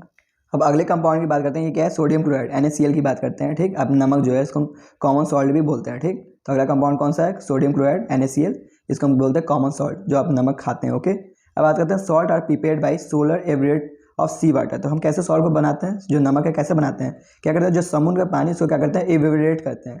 समुद्र के पानी को सन के द्वारा क्या करते हैं, उसको वेपर बनाते हैं, और वेपर बनने से क्या बनता है, हमारा सॉल्ट बन जाता है, ठीक। उससे क्या होगा, वेपर बनेगा, जो हमारा इकट्ठा होगा वही क्या बनेगा, हमारा सॉल्ट हो जाएगा, ठीक। लेकिन देखिए और भी अच्छे तरीके हैं, क्या करते हैं, क्यूड ऑफ सोडियम क्लोराइड, जो उसका क्यूड है, जो मतलब क्लूड बना जो of sodium chloride is generally obtain by crystallisation of brine solution. तो हम उसको क्रिस्टलाइन भी करके बना सकते हैं, ठीक। तो हम क्या कर सकते हैं, उसको क्रिस्टलाइन फॉर्म में बदल के भी हम उसके सोडियम क्लोराइड को हम बना सकते हैं, ठीक। या तो हम उसको इवेपोरेट करके भी बना सकते हैं, या उसको क्रिस्टलाइन फॉर्म में बदल के भी बना सकते हैं, ठीक। अब बात करते हैं जो उसका ब्राइन सॉल्यूशन होता है, जो बनता है ब्राइन सॉल्यूशन जो सोडियम क्लोराइड का, उसमें क्या होता है, बहुत सारी इंप्योरिटीज़ होती हैं। इंप्योरिटीज़ कौन कौन से होते हैं, sodium sulphate, calcium sulphate, calcium chloride और मैग्नीशियम क्लोराइड के इंप्योरिटीज़ होते हैं, ठीक। ये इंप्योरिटीज़ आपको याद करना होगा। तो कौन कौन से इंप्योरिटीज़ होते हैं, जो ब्राइन सॉल्यूशन बनता है जो सोडियम क्लोराइड का, उसमें क्या कौन कौन सी इंप्योरिटीज़ होती है, सोडियम सल्फेट, कैल्शियम सल्फेट, ठीक, कैल्शियम क्लोराइड, मैग्नीशियम क्लोराइड होते हैं, ठीक। और देखिए जो एनसीईआरटी बोलता है, जो कैल्शियम और मैग्नीशियम का इंप्योरिटीज़ है, बिकॉज दे आर डाइलिक्विसेंट, क्योंकि वो डाइलिक्विसेंट के फॉर्म में होती है, मतलब हाइड्रेटेड के फॉर्म में बना लेती है, इसलिए उसकी इंप्योरिटीज़ इसमें होती है NaCl में, ठीक। तो NaCl में इसकी इंप्योरिटीज़ क्यों होती है, क्योंकि कैल्शियम क्लोराइड और magnesium chloride are impurities because they are deliquescent, क्योंकि डाइलिक्विसेंट के फॉर्म में होती है। ओके, ये आपके एनसीईआरटी का एक लाइन, इसको मैं क्लियर कर रहा हूँ। ओके, जैसा कि ये देख सकते हैं आप, to obtain by pure solution of NaCl। हमको यदि प्योर सॉल्यूशन चाहिए NaCl बनाने के लिए, तो हम क्या करते हैं, to obtain pure solution of NaCl the crude salt is dissolve in minimum amount of water. तो जो क्लूड सॉल्ट बना, हमारा जो क्लूड बना है, उसमें हम क्या करते हैं, पहले पानी डाल देते हैं, ठीक। तो जो क्लूड सॉल्ट बना उसमें क्या करते हैं, मिनिमम वाटर हम डिजॉल्व उसमें डाल देते हैं, minimum water amount of water डालते हैं, and filtrate amount of insoluble impurities, और उसमें से इनसॉल्युबल जो इंप्योरिटीज होते हैं उसको हम क्या करते हैं, फिल्ट्रेट आउट कर लेते हैं, ठीक, बाहर निकाल देते हैं। जो इनसॉल्युबल होती है, ठीक, जो मिलने वाली नहीं होती उसको गंदगी हम बाहर निकाल देते हैं, ठीक। अब फिर क्या करते हैं, the solution is then saturated by the hydrogen chloride gas. तो अब जो सॉल्यूशन बना उसको हाइड्रोजन क्लोराइड गैस से हम क्या करते हैं, सैचुरेट करते हैं, उसको ठंडा करते हैं हाइड्रोजन क्लोराइड गैस से, जिससे क्या होता है, क्रिस्टलाइन फॉर्म बन जाता है। ओके, तो फिर देख लीजिए क्या करते हैं, पहले हम उसमें पानी डालते हैं, इससे क्या होगा, पानी से छन के जो गंदी इंपॉर्टेंट जो इनसॉल्युबल होती है वो तो बाहर निकल जाती है, ठीक। उसके बाद क्या करते हैं, उसको क्या करते हैं, जो सॉल्यूशन है उसको हम क्या करते हैं, उसको सैचुरेट करते हैं, किससे, हाइड्रोजन क्लोराइड गैस, मतलब HCl गैस से उसको क्या करते हैं, सैचुरेट करते हैं, ठीक, ठंडा करते हैं, ठीक, जिससे क्या होता है, क्रिस्टलाइन फॉर्म हो जाता है, ठीक। और यही बोलता है एनसीईआरटी, जब crystallised of pure NaCl is separate out, जिससे क्या होता है, क्रिस्टलाइन बन जाता है, प्योर NaCl का सेपरेट आउट हो जाता है हाइड्रोक्लोरिक गैस से पास करने पर। ओके, तो देखिए इसके इसी पे केवल एनसीईआरटी में क्वेश्चन आ गया कि इसी पे बना के दे दिया एनसीईआरटी, मतलब नीट में क्वेश्चन, ठीक। फिर बोलता है एनसीईआरटी कि जो मैग्नीशियम क्लोराइड और कैल्शियम क्लोराइड बिगिन मोर सॉल्युबल देन NaCl। तो मैग्नीशियम क्लोराइड और कैल्शियम क्लोराइड है वो बहुत ज़्यादा सॉल्युबल होते हैं सोडियम क्लोराइड से, इसलिए क्या करते हैं, रिमेन इन सॉल्यूशन, इसलिए वो सॉल्यूशन में रह जाते हैं। जबकि जो है तुम्हारा जो हमारा क्या है NaCl है, उसको हम सेपरेट कर लेते हैं, क्योंकि क्या है कि वो मतलब HCl के साथ सैचुरेशन करके उसको क्रिस्टलाइन फॉर्म कर सकते हैं, बना सकते हैं, ठीक। क्योंकि क्या है ये, जबकि ये मैग्नीशियम क्लोराइड और कैल्शियम क्लोराइड है, इसको हम नहीं निकाल सकते, क्योंकि क्या होता है, ये बहुत ज़्यादा सैचुरेट होते हैं, ठीक, मतलब सॉरी बहुत ज़्यादा क्या होता है, सॉल्युबल होते हैं, ठीक। ये वाटर में बहुत ही ज़्यादा सॉल्युबल होते हैं, ठीक, इसलिए इनको हम नहीं निकाल सकते। केवल किसको निकाल सकते हैं, NaCl को ही हम बाहर निकाल सकते हैं, क्योंकि क्या होता है, NaCl जब क्लोरीन के साथ हम सैचुरेशन कराते हैं तो ये क्या होता है, क्रिस्टलाइन फॉर्म कर लेता है, और क्या होता है, बाहर ही निकल सकता है NaCl, जबकि ये नहीं निकाल सकते, क्योंकि क्या होते हैं, ये क्या होता है, बहुत ज़्यादा सॉल्युबल होते हैं वाटर में, इसलिए इसको हम नहीं निकाल सकते। ओके, बस ये याद कर लीजिए। ओके, ये इंपॉर्टेंट पॉइंट है, इसलिए आपके नीट में क्वेश्चन आया है, इसीलिए नीट 2020 क्वेश्चन है, HCl pass for the solution of calcium chloride, magnesium chloride और NaCl, ठीक। HCl को हमने पास किया किससे, कौन कौन सॉल्यूशन से, कैल्शियम क्लोराइड के सॉल्यूशन से, मैग्नीशियम क्लोराइड के सॉल्यूशन से और NaCl के सॉल्यूशन से। विच of the following compound crystalline, तो कौन से कंपाउंड का क्रिस्टलाइजेशन होगा, ठीक। तो जो HCl हम पास करते हैं केवल NaCl का ही क्रिस्टलाइजेशन होता है, अभी हमने आपको दिखाया, जबकि मैग्नीशियम और कैल्शियम क्लोराइड का क्रिस्टलाइजेशन नहीं होता, क्योंकि बहुत ज़्यादा ही सॉल्युबल होते हैं पानी में, इसलिए वो क्रिस्टलाइन फॉर्म नहीं कर पाएंगे, ठीक। जब HCl पास करोगे तो NaCl ही क्रिस्टलाइन फॉर्म करेगा। आंसर कौन सा होगा, ए। तो केवल एनसीईआरटी की लाइन से क्वेश्चन आता है, आप यहाँ से देख सकते हैं। ओके, 2020 क्वेश्चन है ये, ठीक। ये नीट 2019 उड़ीसा क्वेश्चन थोड़ा हार्ड है, ये आपको याद करना पड़ेगा। The crude sodium chloride obtained by the crystallisation of brine solution does not contain. तो जो क्लूड सॉल्यूशन, जो सोडियम क्लोराइड का जो सॉल्यूशन होता है उसमें किसका नहीं होता है, कौन कौन सा नहीं होता है, ये पूछ रहा है, ठीक। सही क्या बोला है, crude solution of sodium chloride जो है obtain by crystallisation brine solution does not contain, उसमें क्या चीज़ नहीं होता है, ठीक। तो उसमें सब बहुत चीज़ की इम्प्योरिटीज़ होती है, केवल किसकी नहीं होती है, मैग्नीशियम सल्फेट की इम्प्योरिटीज़ नहीं होती है। मैं आपको एक बार दिखा दूँ फिर से, आपको याद नहीं होगा तो देखिए मैंने यहाँ पे लिखा था, ठीक। सोडियम सल्फेट की भी इम्प्योरिटीज़ होती है, कैल्शियम सल्फेट की भी होती है, कैल्शियम क्लोराइड की होती है, मैग्नीशियम क्लोराइड की होती है, पर मैग्नीशियम सल्फेट की नहीं होती है, ठीक। तो यहाँ पे देखिए कैल्शियम सल्फेट है, सोडियम सल्फेट है, ठीक। मैग्नीशियम सल्फेट की नहीं होती इम्प्योरिटीज़। तो इससे भी क्वेश्चन आपके आए हैं, ठीक। तो आप चाहिए तो इसको याद कर सकते हैं क्वेश्चन को, ठीक। अगला बात करते हैं सोडियम हाइड्रोक्साइड NaOH की बात करते हैं। जो NaOH है उसको कैसे प्रिपेयर करते हैं, इलेक्ट्रिसिटी के द्वारा प्रिपेयर करते हैं, ठीक। इलेक्ट्रोलाइटिक सेल के द्वारा प्रिपेयर करते हैं। तो NaOH is prepare by electrolytic cell of NaCl in, जो ये बहुत ज़्यादा इंपॉर्टेंट कैशनर सेल, बहुत ज़्यादा इंपॉर्टेंट ये लाइन है, याद कर लीजिए। कैशनर इंपॉर्टेंट है, कैशनर क्लेनर सेल बहुत ज़्यादा इंपॉर्टेंट, इसी इलेक्ट्रोलाइटिक सॉल्यूशन जो है, सॉरी जो इलेक्ट्रोलाइटिक सॉल्यूशन NaCl को एक बार फिर देख लीजिए। मैं थोड़ा बोलने में घबरा रहा हूँ क्योंकि मैं गला प्रॉब्लम है। क्या बोला है, NaOH कैसे प्रिपेयर करते हैं, इलेक्ट्रोलाइटिक सॉल्यूशन ऑफ NaCl का इलेक्ट्रोलाइटिक सॉल्यूशन लेना होगा। और कौन सा हम सेल लेते हैं इसमें, कैशनर क्लेनर सेल लेते हैं, ठीक। कैशनर क्लेनर सेल होता है, इसी में क्या करते हैं, इसी के सेल में क्या करते हैं, इलेक्ट्रोलाइटिक सॉल्यूशन लेते हैं, किसका, NaCl का, ठीक। तो NaCl का जब इलेक्ट्रोलाइटिस करते हैं कैशनर क्लेनर सेल में तो आपका NaOH प्रिपेयर्ड होता है। बहुत इंपॉर्टेंट है ये सेल का नाम याद करना। और किससे बनता है, NaCl से के इलेक्ट्रोलाइटिस से बनता है ये NaOH, ठीक। चलिए बात कर लेते हैं इस कैसे क्या होता है। तो देखिए जो कैथोड होता है वो कैसा होता है, मरकरी का होता है। एनोड किसका होता है, कार्बन का होता है, ठीक। एक बार फिर देख लीजिए, कैथोड किसका होता है, मरकरी का। एनोड किसका होता है, कार्बन का होता है। और आपको पता होगा कि यदि कोई इलेक्ट्रोलाइटिक सेल है तो उसमें कैथोड क्या होता है, निगेटिव होता है। कैथोड निगेटिव होता है, इसलिए क्या है, इसमें कौन इकट्ठा होगा, पॉजिटिव वाला इकट्ठा होगा। तो इलेक्ट्रोलाइटिक सेल में कैथोड क्या होता है, निगेटिव होता है, इसलिए क्या होगा, पॉजिटिव वाला इकट्ठा होगा, यानी सोडियम जो होगा इस पर इकट्ठा होगा। तो सोडियम वाला जो होगा इस पर डिस्चार्ज होगा। सोडियम क्या होगा, एक इलेक्ट्रॉन लेके सोडियम आयन बनाता है, ठीक। मतलब सोडियम आयन जो है इलेक्ट्रॉन लेके सोडियम बनाता है और साथ ही साथ एमेल्गम भी बनाता है, क्योंकि है मरकरी का ये कैथोड है, इसलिए क्या होता है, सोडियम एमेल्गम बना लेता है, ठीक। ये मरकरी है इसलिए वहाँ पे इकट्ठा हो गया क्या बनाता है, सोडियम एमेल्गम बना लेता है, ठीक। अब बात करते हैं जो एनोड है किसका होता है, कार्बन का होता है, ठीक। एनोड पे क्या होगा, ये क्या होता है, एनोड क्या होता है, पॉजिटिव होता है, इसलिए क्या होगा, इस पर निगेटिव आयन जाएगा, ठीक। एनोड क्या होता है, पॉजिटिव होता है, इसलिए क्या आएगा, निगेटिव आयन जाएगा। तो देखिए जो क्लोरीन निगेटिव है क्या बनाएगा, क्लोरीन गैस और एक इलेक्ट्रॉन निकालेगा, ठीक। तो ये आपको मैंने ऑलरेडी इलेक्ट्रोलाइटिक सेल में बताया है। आपको कैथोड क्या होता है, एनोड क्या होता है, ऑलरेडी यदि आपको पता होगा तो आपको प्रॉब्लम नहीं होगा, इसको याद भी करने की कोई ज़रूरत नहीं है, ठीक। अब देखिए जो सोडियम अमलगम बना है, जो सोडियम अमलगम बना है, कहाँ बना है, कैथोड पे बना है, ठीक। तो सोडियम अमलगम बना है, इसको वाटर के साथ ट्रीट करते हैं तो हमारा बन जाता है सोडियम हाइड्रोक्साइड बन जाता है, ठीक। और हाइड्रोजन गैस भी बनता है। तो यहाँ एनसीईआरटी बोलता है amalgam is treated with water two gives sodium hydroxide and hydrogen gas. जब अमलगम को वाटर के साथ रिएक्शन कराते हैं तो सोडियम हाइड्रोक्साइड बनता है और क्या बनता है, हाइड्रोजन गैस बनता है, ठीक। अब देखिए जो है अमलगम यहाँ पे दिखाया है, सोडियम अमलगम को वाटर के साथ रिएक्शन करता है तो सोडियम हाइड्रोक्साइड, मर्करी और वाटर गैस मतलब हाइड्रोजन गैस निकलता है, ठीक। इसकी प्रॉपर्टीज़ की बात करें तो वही यही सेम है। ये क्या है, NaOH कैसा होगा, क्रिस्टलाइन होगा, वाइट होगा, सब वही सेम होगा प्रॉपर्टीज़।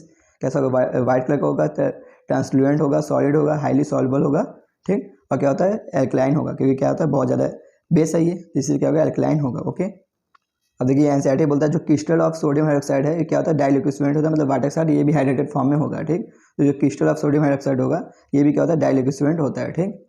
देखिए आपने लास्ट दिया है सोडियम, ये एक ही रिएक्शन दिया है आपने, सोडियम हाइड्रोक्साइड का जब कार्बन डाइऑक्साइड गैस के साथ रिएक्शन कराते हैं, सोडियम हाइड्रोक्साइड को कार्बन डाइऑक्साइड के साथ रिएक्शन कराते हैं तो सोडियम कार्बोनेट और वाटर बनता है, ठीक। सोडियम हाइड्रोक्साइड को कार्बन डाइऑक्साइड के साथ रिएक्शन कराते हैं तो सोडियम कार्बोनेट और वाटर बनता है। तो बहुत ईजी रिएक्शन है, इसमें ज़्यादा याद करना है ही नहीं आपको। अगला बात करते हैं बेकिंग सोडा, ठीक। सॉरी मतलब सोडियम हाइड्रोजन कार्बोनेट यानी सोडियम बाइकार्बोनेट की बात करते हैं। इसको सोडियम हाइड्रोजन कार्बोनेट भी बोलते हैं, ठीक। NaHCO3 सोडियम हाइड्रोजन बाइकार्बोनेट या sodium bicarbonate, sodium hydrogen carbonate या सोडियम बाइकार्बोनेट भी बोलते हैं, ठीक।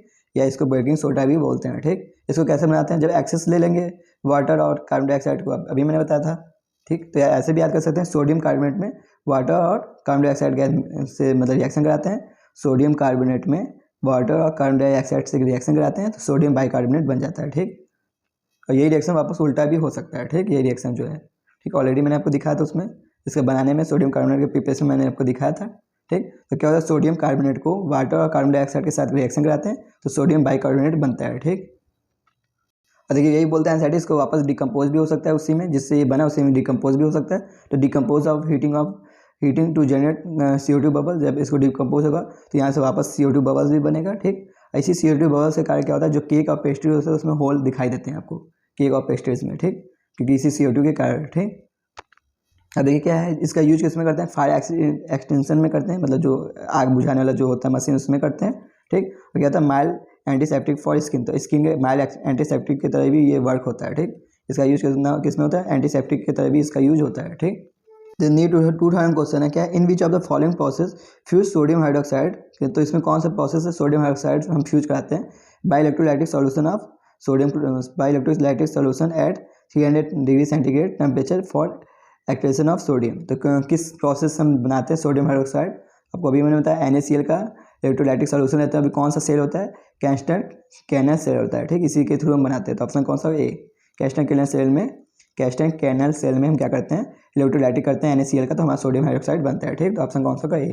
ठीक, अब कैल्शियम के कंपाउंड की बात करते हैं। इसमें सबसे पहले हम बात करेंगे कैल्शियम ऑक्साइड CaO की बात करते हैं। इसको क्विक लाइम भी बोलते हैं। ठीक, पहला क्या है कैल्शियम ऑक्साइड, इसको CaO बोलते हैं। ठीक, यानी कि ये क्या है क्विक लाइम, बहुत ज़्यादा इंपॉर्टेंट इसका नाम है क्विक लाइम। ठीक, इसको बनाते कैसे हैं, इसको हम लाइम स्टोन से बनाते हैं, मतलब चूने का जो पत्थर होता है लाइम स्टोन से बनाते हैं। ठीक, कैसे बनाते हैं लाइम स्टोन, यानी कैल्शियम कार्बोनेट को जब हीट कर देते हैं तो कैल्शियम ऑक्साइड और ऑक्सीजन गैस निकलता है। ठीक, ये एनसीईआरटी बोलता है हीटिंग ऑफ लाइम स्टोन, जो हीट करते हैं लाइम स्टोन को यानी कैल्शियम कार्बोनेट को हम हीट करते हैं इन क्या रोस्टिंग किनर, एक रोटेटिंग किनर होता है जो घूमने वाला कैनर होता है, उस पर कितना टेम्परेचर 10,000 मतलब कि 1070 एंड 1270 केल्विन पे हम मतलब 1070 और 1217 केल्विन टेम्परेचर जब इसको गर्म करते हैं तो जो कैल्शियम कार्बोनेट है टूट जाता है कैल्शियम ऑक्साइड और ऑक्सीजन गैस में टूट जाता है। ओके, सॉरी कैल्शियम ऑक्साइड और कार्बन डाइऑक्साइड में टूट जाता है।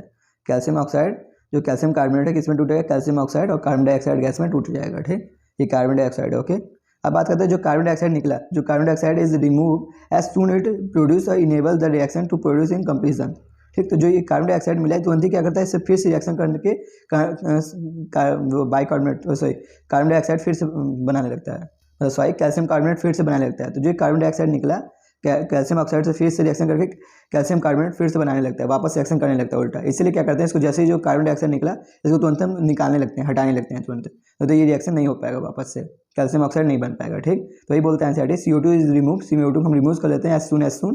ठीक, जल्दी जल्दी से उसको रिमूव कर लेते हैं। It is produce in enable the reaction produce for the completion, क्योंकि ये क्या होगा कि जो क्या करेगा रिएक्शन के कंप्लीट होने में क्या करेगा मतलब रुकावट डालेगा। ओके, इसलिए हम क्या करते हैं जो CO2 यहाँ से निकला इसको हम तुरंत ही हटा लेते हैं। ओके, इसकी कुछ प्रॉपर्टीज़ की बात कर लेते हैं। इसकी प्रॉपर्टीज़ क्या है, ये वाइट एमॉर्फस सॉलिड होता है, कैसा होता है वाइट कलर का सॉलिड होता है। ठीक, अब बात करते हैं यदि आप कैल्शियम ऑक्साइड को वाटर के साथ रिएक्शन कराते हैं तो कैल्शियम हाइड्रोक्साइड बनेगा। तो बहुत ईजी है, कहीं भी ऑक्साइड है तो क्या बनेगा हाइड्रोक्साइड बना लेगा। वाटर के साथ रिएक्शन कराते थे कहीं भी आपने देखा हाइड्रोक्साइड ही बनता है। ठीक, तो कैल्शियम ऑक्साइड को वाटर के साथ रिएक्शन कराएंगे तो क्या बनेगा हाइड्रोक्साइड बनेगा। ठीक, फिर कैल्शियम ऑक्साइड को कार्बन डाइऑक्साइड के साथ रिएक्शन कराएंगे तो कैल्शियम कार्बोनेट बन जाएगा। कैल्शियम ऑक्साइड को कार्बन डाइऑक्साइड गैस के साथ रिएक्शन कराएंगे तो कैल्शियम कार्बोनेट बन जाएगा। ठीक, कैल्शियम ऑक्साइड को सिलिका ऑक्साइड के साथ रिएक्शन कराएंगे सिलिका ऑक्साइड के साथ तो कैल्शियम सिलिका ऑक्साइड बन जाएगा, कैल्शियम सिलिका ऑक्साइड बन जाएगा। ठीक, ये कैल्शियम ऑक्साइड को फास्फोरस पेंटाऑक्साइड या P4O10 के साथ रिएक्शन कराएंगे तो कैल्शियम फास्फाइड बन जाएगा। ठीक, तो कैल्शियम ऑक्साइड को फास्फोरस पेंटाऑक्साइड के साथ रिएक्शन कराएंगे तो कैल्शियम फास्फेट बन जाएगा। ठीक, अगला बात करते हैं कैल्शियम हाइड्रोक्साइड, जिसको कैल्शियम मतलब CaOH का ट्वाइस की बात करते हैं, कैल्शियम हाइड्रोक्साइड की बात करते हैं। इसको हम बोलते हैं सैक लाइम या लाइम वाटर भी बोलते हैं। ठीक, इसको बोलते हैं सैक लाइम या लाइम वाटर या मिल्क वाटर भी बोलते हैं। ठीक, इसको क्या बोलते हैं सैक लाइम, लाइम वाटर या मिल्क वाटर कुछ भी बोलते हैं। ठीक, अब बात करते हैं इसका प्रिपरेशन क्या है, भाई अभी सेम पढ़ा। कैल्शियम ऑक्साइड को मतलब H2O के साथ रिएक्शन करा दीजिए, कैल्शियम ऑक्साइड का वाटर के साथ रिएक्शन करा दीजिए तो क्या बनेगा कैल्शियम हाइड्रोक्साइड बनेगा। कैल्शियम ऑक्साइड का वाटर के साथ रिएक्शन कराने कैल्शियम हाइड्रोक्साइड बनेगा। ठीक, आइए प्रॉपर्टीज़ की बात कर लेते हैं। तो ये भी क्या होता है वाइट एमॉर्फस पाउडर होता है। ठीक, स्प्रिंगली सॉल्युबल इन वाटर, बहुत कम सॉल्युबल होता है। स्प्रिंगली मतलब होता है बहुत कम। ठीक, तो स्प्रिंगली सॉल्युबल होता है वाटर में। ठीक, अब क्या होता है कैल्शियम हाइड्रोक्साइड को जब कार्बन डाइऑक्साइड के साथ रिएक्शन कराते हैं तो कैल्शियम कार्बोनेट और वाटर बन जाता है। ठीक, तो बस कुछ नहीं, वही सेम इधर का उधर बनना है। ठीक, जब वाटर कार्बन डाइऑक्साइड बनता है तो कार्बोनेट बन गया। ठीक, तो बस एकदम सेम वैसे रिएक्शन है, इसमें कुछ याद करना नहीं है आपको, क्योंकि क्रिस क्रॉस रिएक्शन है। ठीक, तो कैल्शियम हाइड्रोक्साइड को कार्बन डाइऑक्साइड के साथ रिएक्शन कराएंगे तो कैल्शियम कार्बोनेट और वाटर बनेगा। ठीक, अब बात करते हैं कैल्शियम कार्बोनेट जो है इसको कार्बन डाइऑक्साइड और वाटर के साथ रिएक्शन कराते हैं, मतलब ऐसा ही बोल सकते हैं जो कैल्शियम कार्बोनेट बना था उसमें जब एक्सेस ले लेते थे कार्बन डाइऑक्साइड वाटर बनाते थे तो कैल्शियम बाइकार्बोनेट बनता था। आपको पता होगा जो कैल्शियम कार्बोनेट बनता था। अब देखिए ये बहुत इंपॉर्टेंट है। दूसरा क्या है ब्लीचिंग पाउडर, बहुत ज़्यादा इंपॉर्टेंट है ये, क्योंकि आप यहाँ पे भी पढ़ोगे। जब क्या होता है कैल्शियम हाइड्रोक्साइड को हम क्लोरीन गैस के साथ रिएक्शन कराते हैं, जब कैल्शियम हाइड्रोक्साइड को क्लोरीन गैस के साथ रिएक्शन कराते हैं तो दो तरह का कंपाउंड बनता है, एक होता है कैल्शियम क्लोराइड बनता है, एक कैल्शियम सॉरी कैल्शियम हाइपोक्लोराइड बनता है। ठीक, एक बनता है कैल्शियम क्लोराइड, एक बनता है कैल्शियम हाइपोक्लोराइड। ओके, तो ये देखिए जो क्लोरीन होता है क्या करता है, डिसप्रोपोर्शनेशन रिएक्शन शो करता है। यानी देखिए जो कैल्शियम जो क्लोरीन है, जो यहाँ से देखेंगे क्लोरीन जो होगा ये क्या होगा, +1 -1 में जाएगा। इधर देखिए क्लोरीन जो होगा +1 में जाता है। ठीक, तो ऑलरेडी अभी आपको ये पढ़ेंगे, क्लोरीन वाला चैप्टर में पढ़ेंगे, मतलब कि आप मतलब हैलोजन वाले में पढ़ेंगे ये रिएक्शन को फिर से। ठीक, तो जो क्लोरीन है डिसप्रोपोर्शनेशन रिएक्शन शो करता है। तो कैल्शियम हाइड्रोक्साइड को क्लोरीन गैस के साथ रिएक्शन कराएंगे तो कैल्शियम क्लोराइड और कैल्शियम हाइपोक्लोराइड बनता है। इसी कैल्शियम हाइपोक्लोराइड को हम बोलते हैं ब्लीचिंग पाउडर। ठीक, तो फिर से लीजिए, कैल्शियम हाइड्रोक्साइड को जब क्लोरीन गैस के साथ रिएक्शन कराते हैं तो कैल्शियम क्लोराइड बनता है, कैल्शियम हाइपोक्लोराइड बनता है। ठीक, जो ये कैल्शियम हाइपोक्लोराइड है CaOCl2 जो बना, CaOCl2 का ट्वाइस जो है, CaOCl का ट्वाइस जो है, ठीक, इसे हम क्या कहते हैं, ब्लीचिंग पाउडर कहते हैं। तो इंपॉर्टेंट बहुत ज़्यादा है, इसको एक बार स्टॉप करके अपने कीजिए, लिखिए इसको, तब जाके आगे बढ़िएगा। अब देखिए लास्ट बात करते हैं कैल्शियम कार्बोनेट, CaCO3 की बात करते हैं, इसको लाइम स्टोन भी बोलते हैं। ठीक, तो ये क्या है, कैल्शियम कार्बोनेट, इसको CaCO3 यानी इसको लाइम स्टोन बोलते हैं। इसका प्रिपरेशन बहुत ईजी है, एकदम सिंपल सा है। कैल्शियम हाइड्रोक्साइड को कार्बन डाइऑक्साइड के साथ रिएक्शन करा लीजिए, कैल्शियम हाइड्रोक्साइड को, तो कैल्शियम कार्बोनेट और वाटर बन जाएगा। या कैल्शियम क्लोराइड में सोडियम कार्बोनेट डालिए, कैल्शियम क्लोराइड में सोडियम कार्बोनेट बनाइए तो क्रीज क्रॉस रिएक्शन हो जाएगा। ठीक, तो कैल्शियम कार्बोनेट और NaCl बन जाएगा।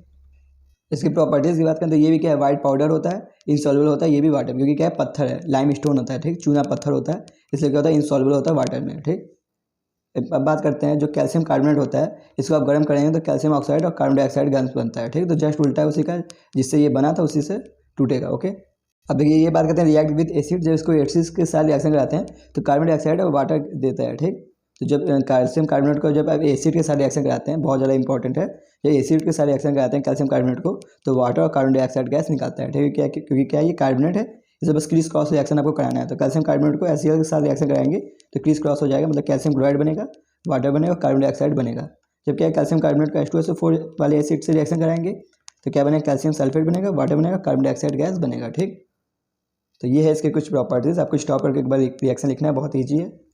अब देखिए लास्ट आपका है कैल्शियम सल्फेट, जिसे हम प्लास्टर ऑफ पेरिस कहते हैं, बहुत ज़्यादा इंपॉर्टेंट है इसका फॉर्मूला कैल्शियम सल्फेट, या इसको बोलते हैं plaster of Paris. Calcium sulphate और क्या होता है, हाफ वाटर होता है। ठीक, कैल्शियम सल्फेट में क्या होता है, हाफ वाटर होता है, ये क्या है, प्लास्टर ऑफ पेरिस है। तो कैल्शियम सल्फेट क्या है, प्लास्टर ऑफ पेरिस क्या है, इसका फॉर्मूला क्या होता है, कैल्शियम सल्फेट होता है, क्या होता है, हाफ हाइड्रेटेड फॉर्म होता है। तो कैल्शियम सल्फेट और हाफ हाइड्रेटेड फॉर्म होता है। इसको कैसे बनाते हैं, इसको जिप्सम से बनाते हैं। जिप्सम को जब गर्म करते हैं तो प्लास्टर ऑफ पेरिस बनता है। ठीक, तो जिप्सम को गर्म करने में प्लास्टर ऑफ पेरिस बनता है। ठीक, तो आपको पता होगा जो जिप्सम का फॉर्मूला क्या होता है, जिस्म याद कर लीजिए, जिस्म जो होता है दो, जिस्म होता है ना, जिस्म दो, जिस्म एक जान, तो दो जिस्म होगा, जिस्म क्या होगा, दो, तो आप याद कर सकते हैं। तो जिस्म में क्या होगा, 2 वाटर होगा, तो मतलब जिप्सम में क्या होगा, 2 वाटर होगा। ठीक, तो कैल्शियम सल्फेट और 2 वाटर वाला होगा, इसको बोलते हैं जिप्सम। कैल्शियम सल्फेट में जब 2 वाटर होता है कैल्शियम सल्फेट के साथ, तो इसको बोलते हैं जिप्सम। तो याद कर सकते हैं जिस्म 2। ठीक, 2 जिस्म, तो 2 जिप्सम में क्या होगा, 2 वाटर होगा, आप कंफ्यूज नहीं होंगे। तो जब क्या होगा, कैल्शियम सल्फेट और 2 वाटर जो है, जो जिप्सम है, इसको आप गर्म करते हैं तो क्या होगा, हाफ हाइड्रेटेड फॉर्म बन जाएगा, मतलब प्लास्टर ऑफ पेरिस बन जाएगा। ओके, अब देखिए ये क्या बोलता है NCERT, above 393 kelvin temperature no water of crystallisation is left and hydrous sulphate is form, this is known as dead burn plaster.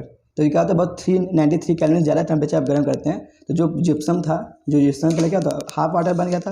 Gypsum में क्या था, जिप्सम में क्या था, 2 वाटर था, इसको गर्म किया तो उसमें हाफ वाटर बन गया था। ठीक, मतलब प्लास्टर ऑफ पेरिस बन गया। अब इसको और गर्म कर देंगे, और टेम्परेचर के साथ गर्म कर देंगे, एबव 393 केल्विन से ज़्यादा टेम्परेचर गर्म कर देंगे तो क्या बन जाएगा कि मतलब इसमें पूरा कोई वाटर नहीं रह जाएगा, तो एनहाइड्रस फॉर्म बन जाएगा। ठीक, कोई वाटर फॉर्म नहीं रहेगा, मतलब कैल्शियम सल्फेट बन जाएगा, जिसको हम बोलते हैं बर्न प्लास्टर बोलते हैं, इसको क्या बोलते हैं, डेड बर्न प्लास्टर बोलते हैं। ओके, अब एनसीईआरटी क्या बोलता है, it is remarkable properties to settling with water. तो ये इसका बहुत अच्छा होता है कि बहुत तुरंत ही जम जाता है। ठीक, तो जैसे इसको पानी मिलता है तुरंत ही क्या होता है, जम जाता है। तो प्लास्टर आपने जो बनवाते होंगे, आपको हाथ जब टूटता होगा तो क्या होता है, तुरंत ही जम जाता है, जैसे इसको प्लास्टिक पानी इसमें मिलता है तो बहुत जल्दी सेटलिंग होता है वाटर के साथ। ठीक, on mixing with aqueous quality of water इस फॉर्म प्लास्टिक मास, तो एक प्लास्टिक की तरह मास बना लेता है। ठीक, गेट इन हार्ड सॉलिड, और बाद में क्या होता है, बहुत सॉलिड हो जाता है, कितने 5 से 15 मिनट में ही। ठीक, 5 से 15 मिनट में ही बहुत जल्दी सेटलिंग हो जाता है, बहुत जल्दी जम जाता है। ओके, तो ये है प्लास्टर ऑफ पेरिस के बारे में। ठीक, अब देखिए जो लास्ट आपका है सीमेंट। ठीक, तो सीमेंट में बहुत चीज़ होता है, एल्युमिनियम का ऑक्साइड होता है, सिलिका का ऑक्साइड होता है, मैग्नीशियम का ऑक्साइड होता है, बहुत चीज़ें होती हैं इसमें, आपको देखना होगा, मतलब सबकी मात्राएं होती हैं। ठीक, बस यही है, सीमेंट में बहुत चीज़ों से मिलकर बनता है। इसमें मेन इंपॉर्टेंट ये है कि सेटलिंग ऑफ सीमेंट की बात करते हैं, सेटिंग ऑफ सीमेंट। तो सीमेंट के सेटलिंग की बात करते हैं, तो सीमेंट में जैसे आप वाटर डालते हैं तो सेटलिंग हो जाता है। ठीक, लेकिन इसके सेटलिंग को रोकने के लिए हम क्या करते हैं, जिप्सम यूज करते हैं। देखिए इसके सेटलिंग को रोकने के लिए क्या करते हैं, जिप्सम यूज करते हैं। तो एनसीईआरटी लिखता है the purpose of adding of gypsum is only slow down कर देता है the process of settling of cement. तो जब आप जिप्सम डाल देते हैं तो सेटिंग के प्रोसेस को स्लो कर देता है। ठीक, तो हम किसका यूज करते हैं, ये बहुत ज़्यादा इंपॉर्टेंट लाइन है यही कि इसमें सीमेंट में कि यदि आपको रोकना है मतलब जल्दी ना जमे सीमेंट, तो इसके लिए हम क्या करते हैं, जिप्सम का अमाउंट मिलाते हैं। ठीक, ताकि क्या हो, वाटर मतलब कि जो सीमेंट है जल्दी ना जम जाए। तो जल्दी जम जाएगा तो आपको प्रॉब्लम भी होगा घर बनाने में, इसीलिए हम क्या करते हैं उसमें जिप्सम की अमाउंट भी डालते हैं। तो जिप्सम क्या करता है, उसको देर से मतलब होने देता है, मतलब देर से उसके सेटिंग करता है। ठीक, तो ये भी इंपॉर्टेंट लाइन है। तो बस है गाइस, मैं अपना ये लेक्चर इधर ही खत्म करता हूँ। आई होप कि आपको ये लेक्चर अच्छा लगा होगा, तो आप प्लीज़ लाइक एंड शेयर कीजिएगा।